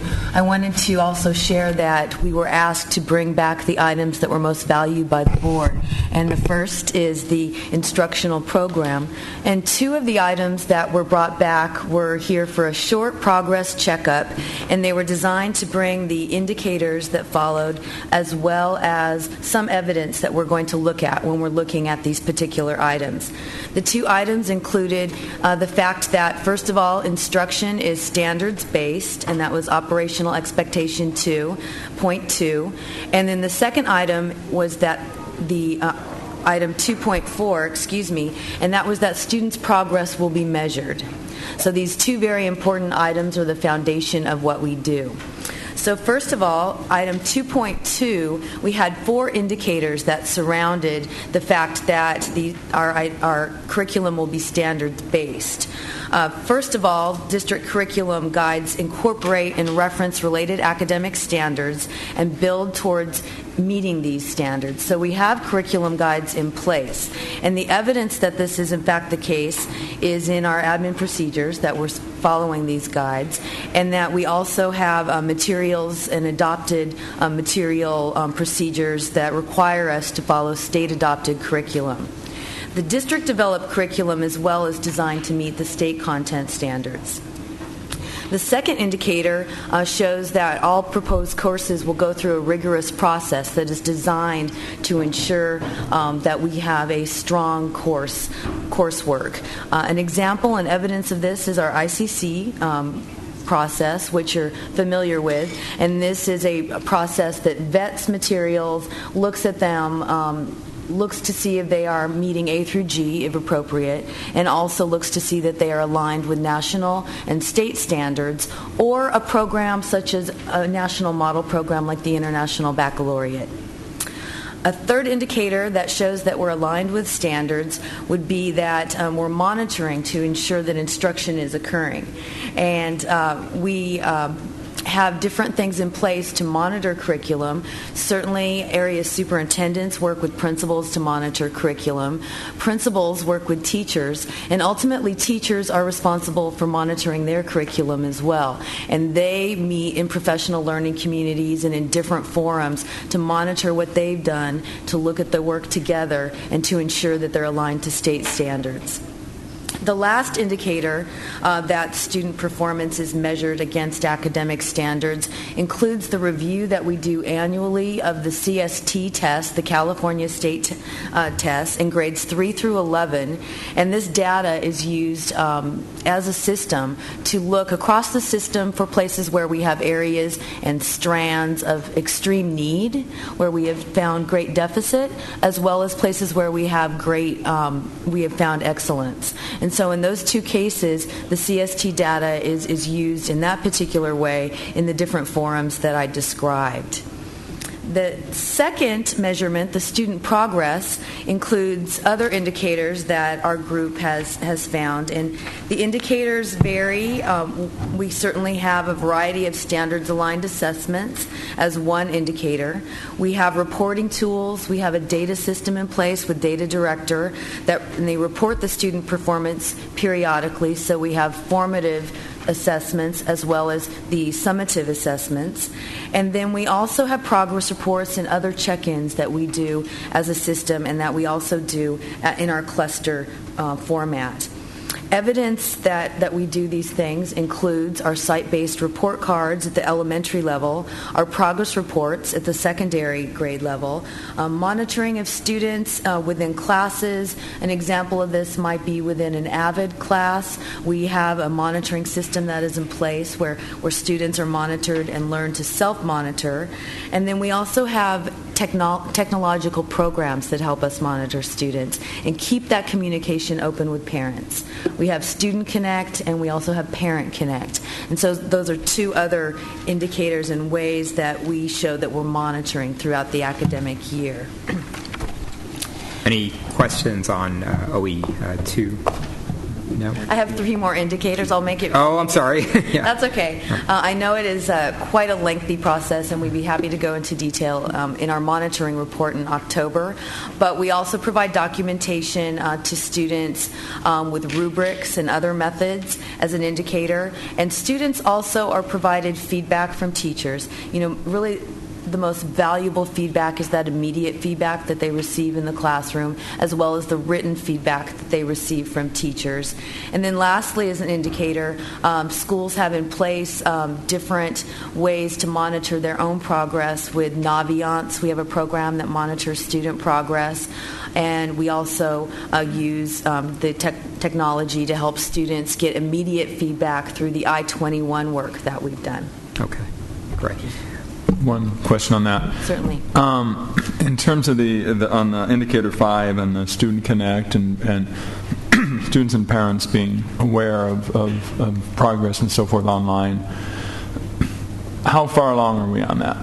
I mean, would you say that 3% of the students in the district are, and you don't have to give an exact figure, are regularly checking and aware of that, or a higher number, or what? Well, I know that through Daryl Lagasse's office, we've monitored to look at how many times we're using Parent Connect and Student Connect. I can speak as a parent that I'm logged into something like this myself, and it really is difficult to tell how often this is happening, and could I be doing this more? Yes. It really is dependent on the individual family, and then sometimes it will peak. Perhaps if a student is experiencing the need for more monitoring, let's say, we'll see more activity. What we are doing, though, as a system is having that conversation with principals about how easy are we making it to sign up, how are we teaching students to learn how to self-monitor, which is ideal, especially at secondary, and then also we're encouraging it and communicating it. So I can give you the numbers, and I don't have them with me on how we are as far as login, but the actual number of logins is more difficult for us to monitor.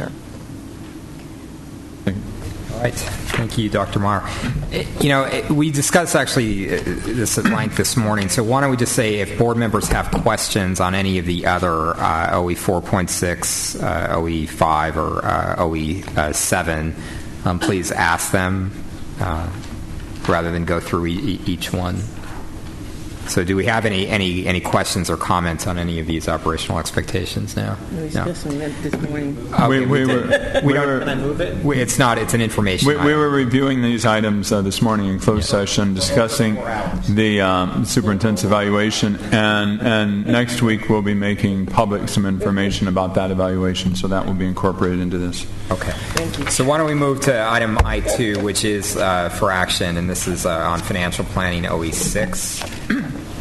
And this is in conjunction with the annual workload plan for updating the board as compared to I1, which was a snapshot look at specific ones. So I'm going to ask if Ron Little would come forward again to talk about financial administration. Okay, you may recall the last time I did one of these, I think I was a month into my tenure here, and I read every line item. So you were clean shaven back then. I went through it all. So this is going to be very high level, and then I'd be happy to answer any questions. So operational expectations number 6 address the district's financial planning activities, specifically with respect to the development of the district's annual budget. So while the past year obviously has been very painful and difficult, staff believes that we have substantially met our compliance with the objectives of OE6. And just a couple bullet points. We have created a balanced budget, again, as difficult as that was, that accurately projects revenues and expenditures, notwithstanding any further action from the state. We have involved a broad range of stakeholders in the development of that district budget, community outreach efforts, community forums.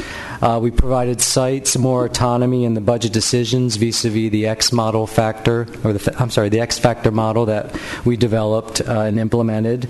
And we've communicated the budget process and the budget progress to the board consistently, and have sought the board's direction and priorities during that process. There are a few areas that still we need to deliver to the board, and briefly I'll identify these. The first, of course, is, I believe, 6.1, and that is the training for finance staff with respect to academic priorities. And we've been working with the Deputy Superintendent, Meyer, to develop that training, and we've scheduled the training for August 9th. So that will be coming to fruition very shortly.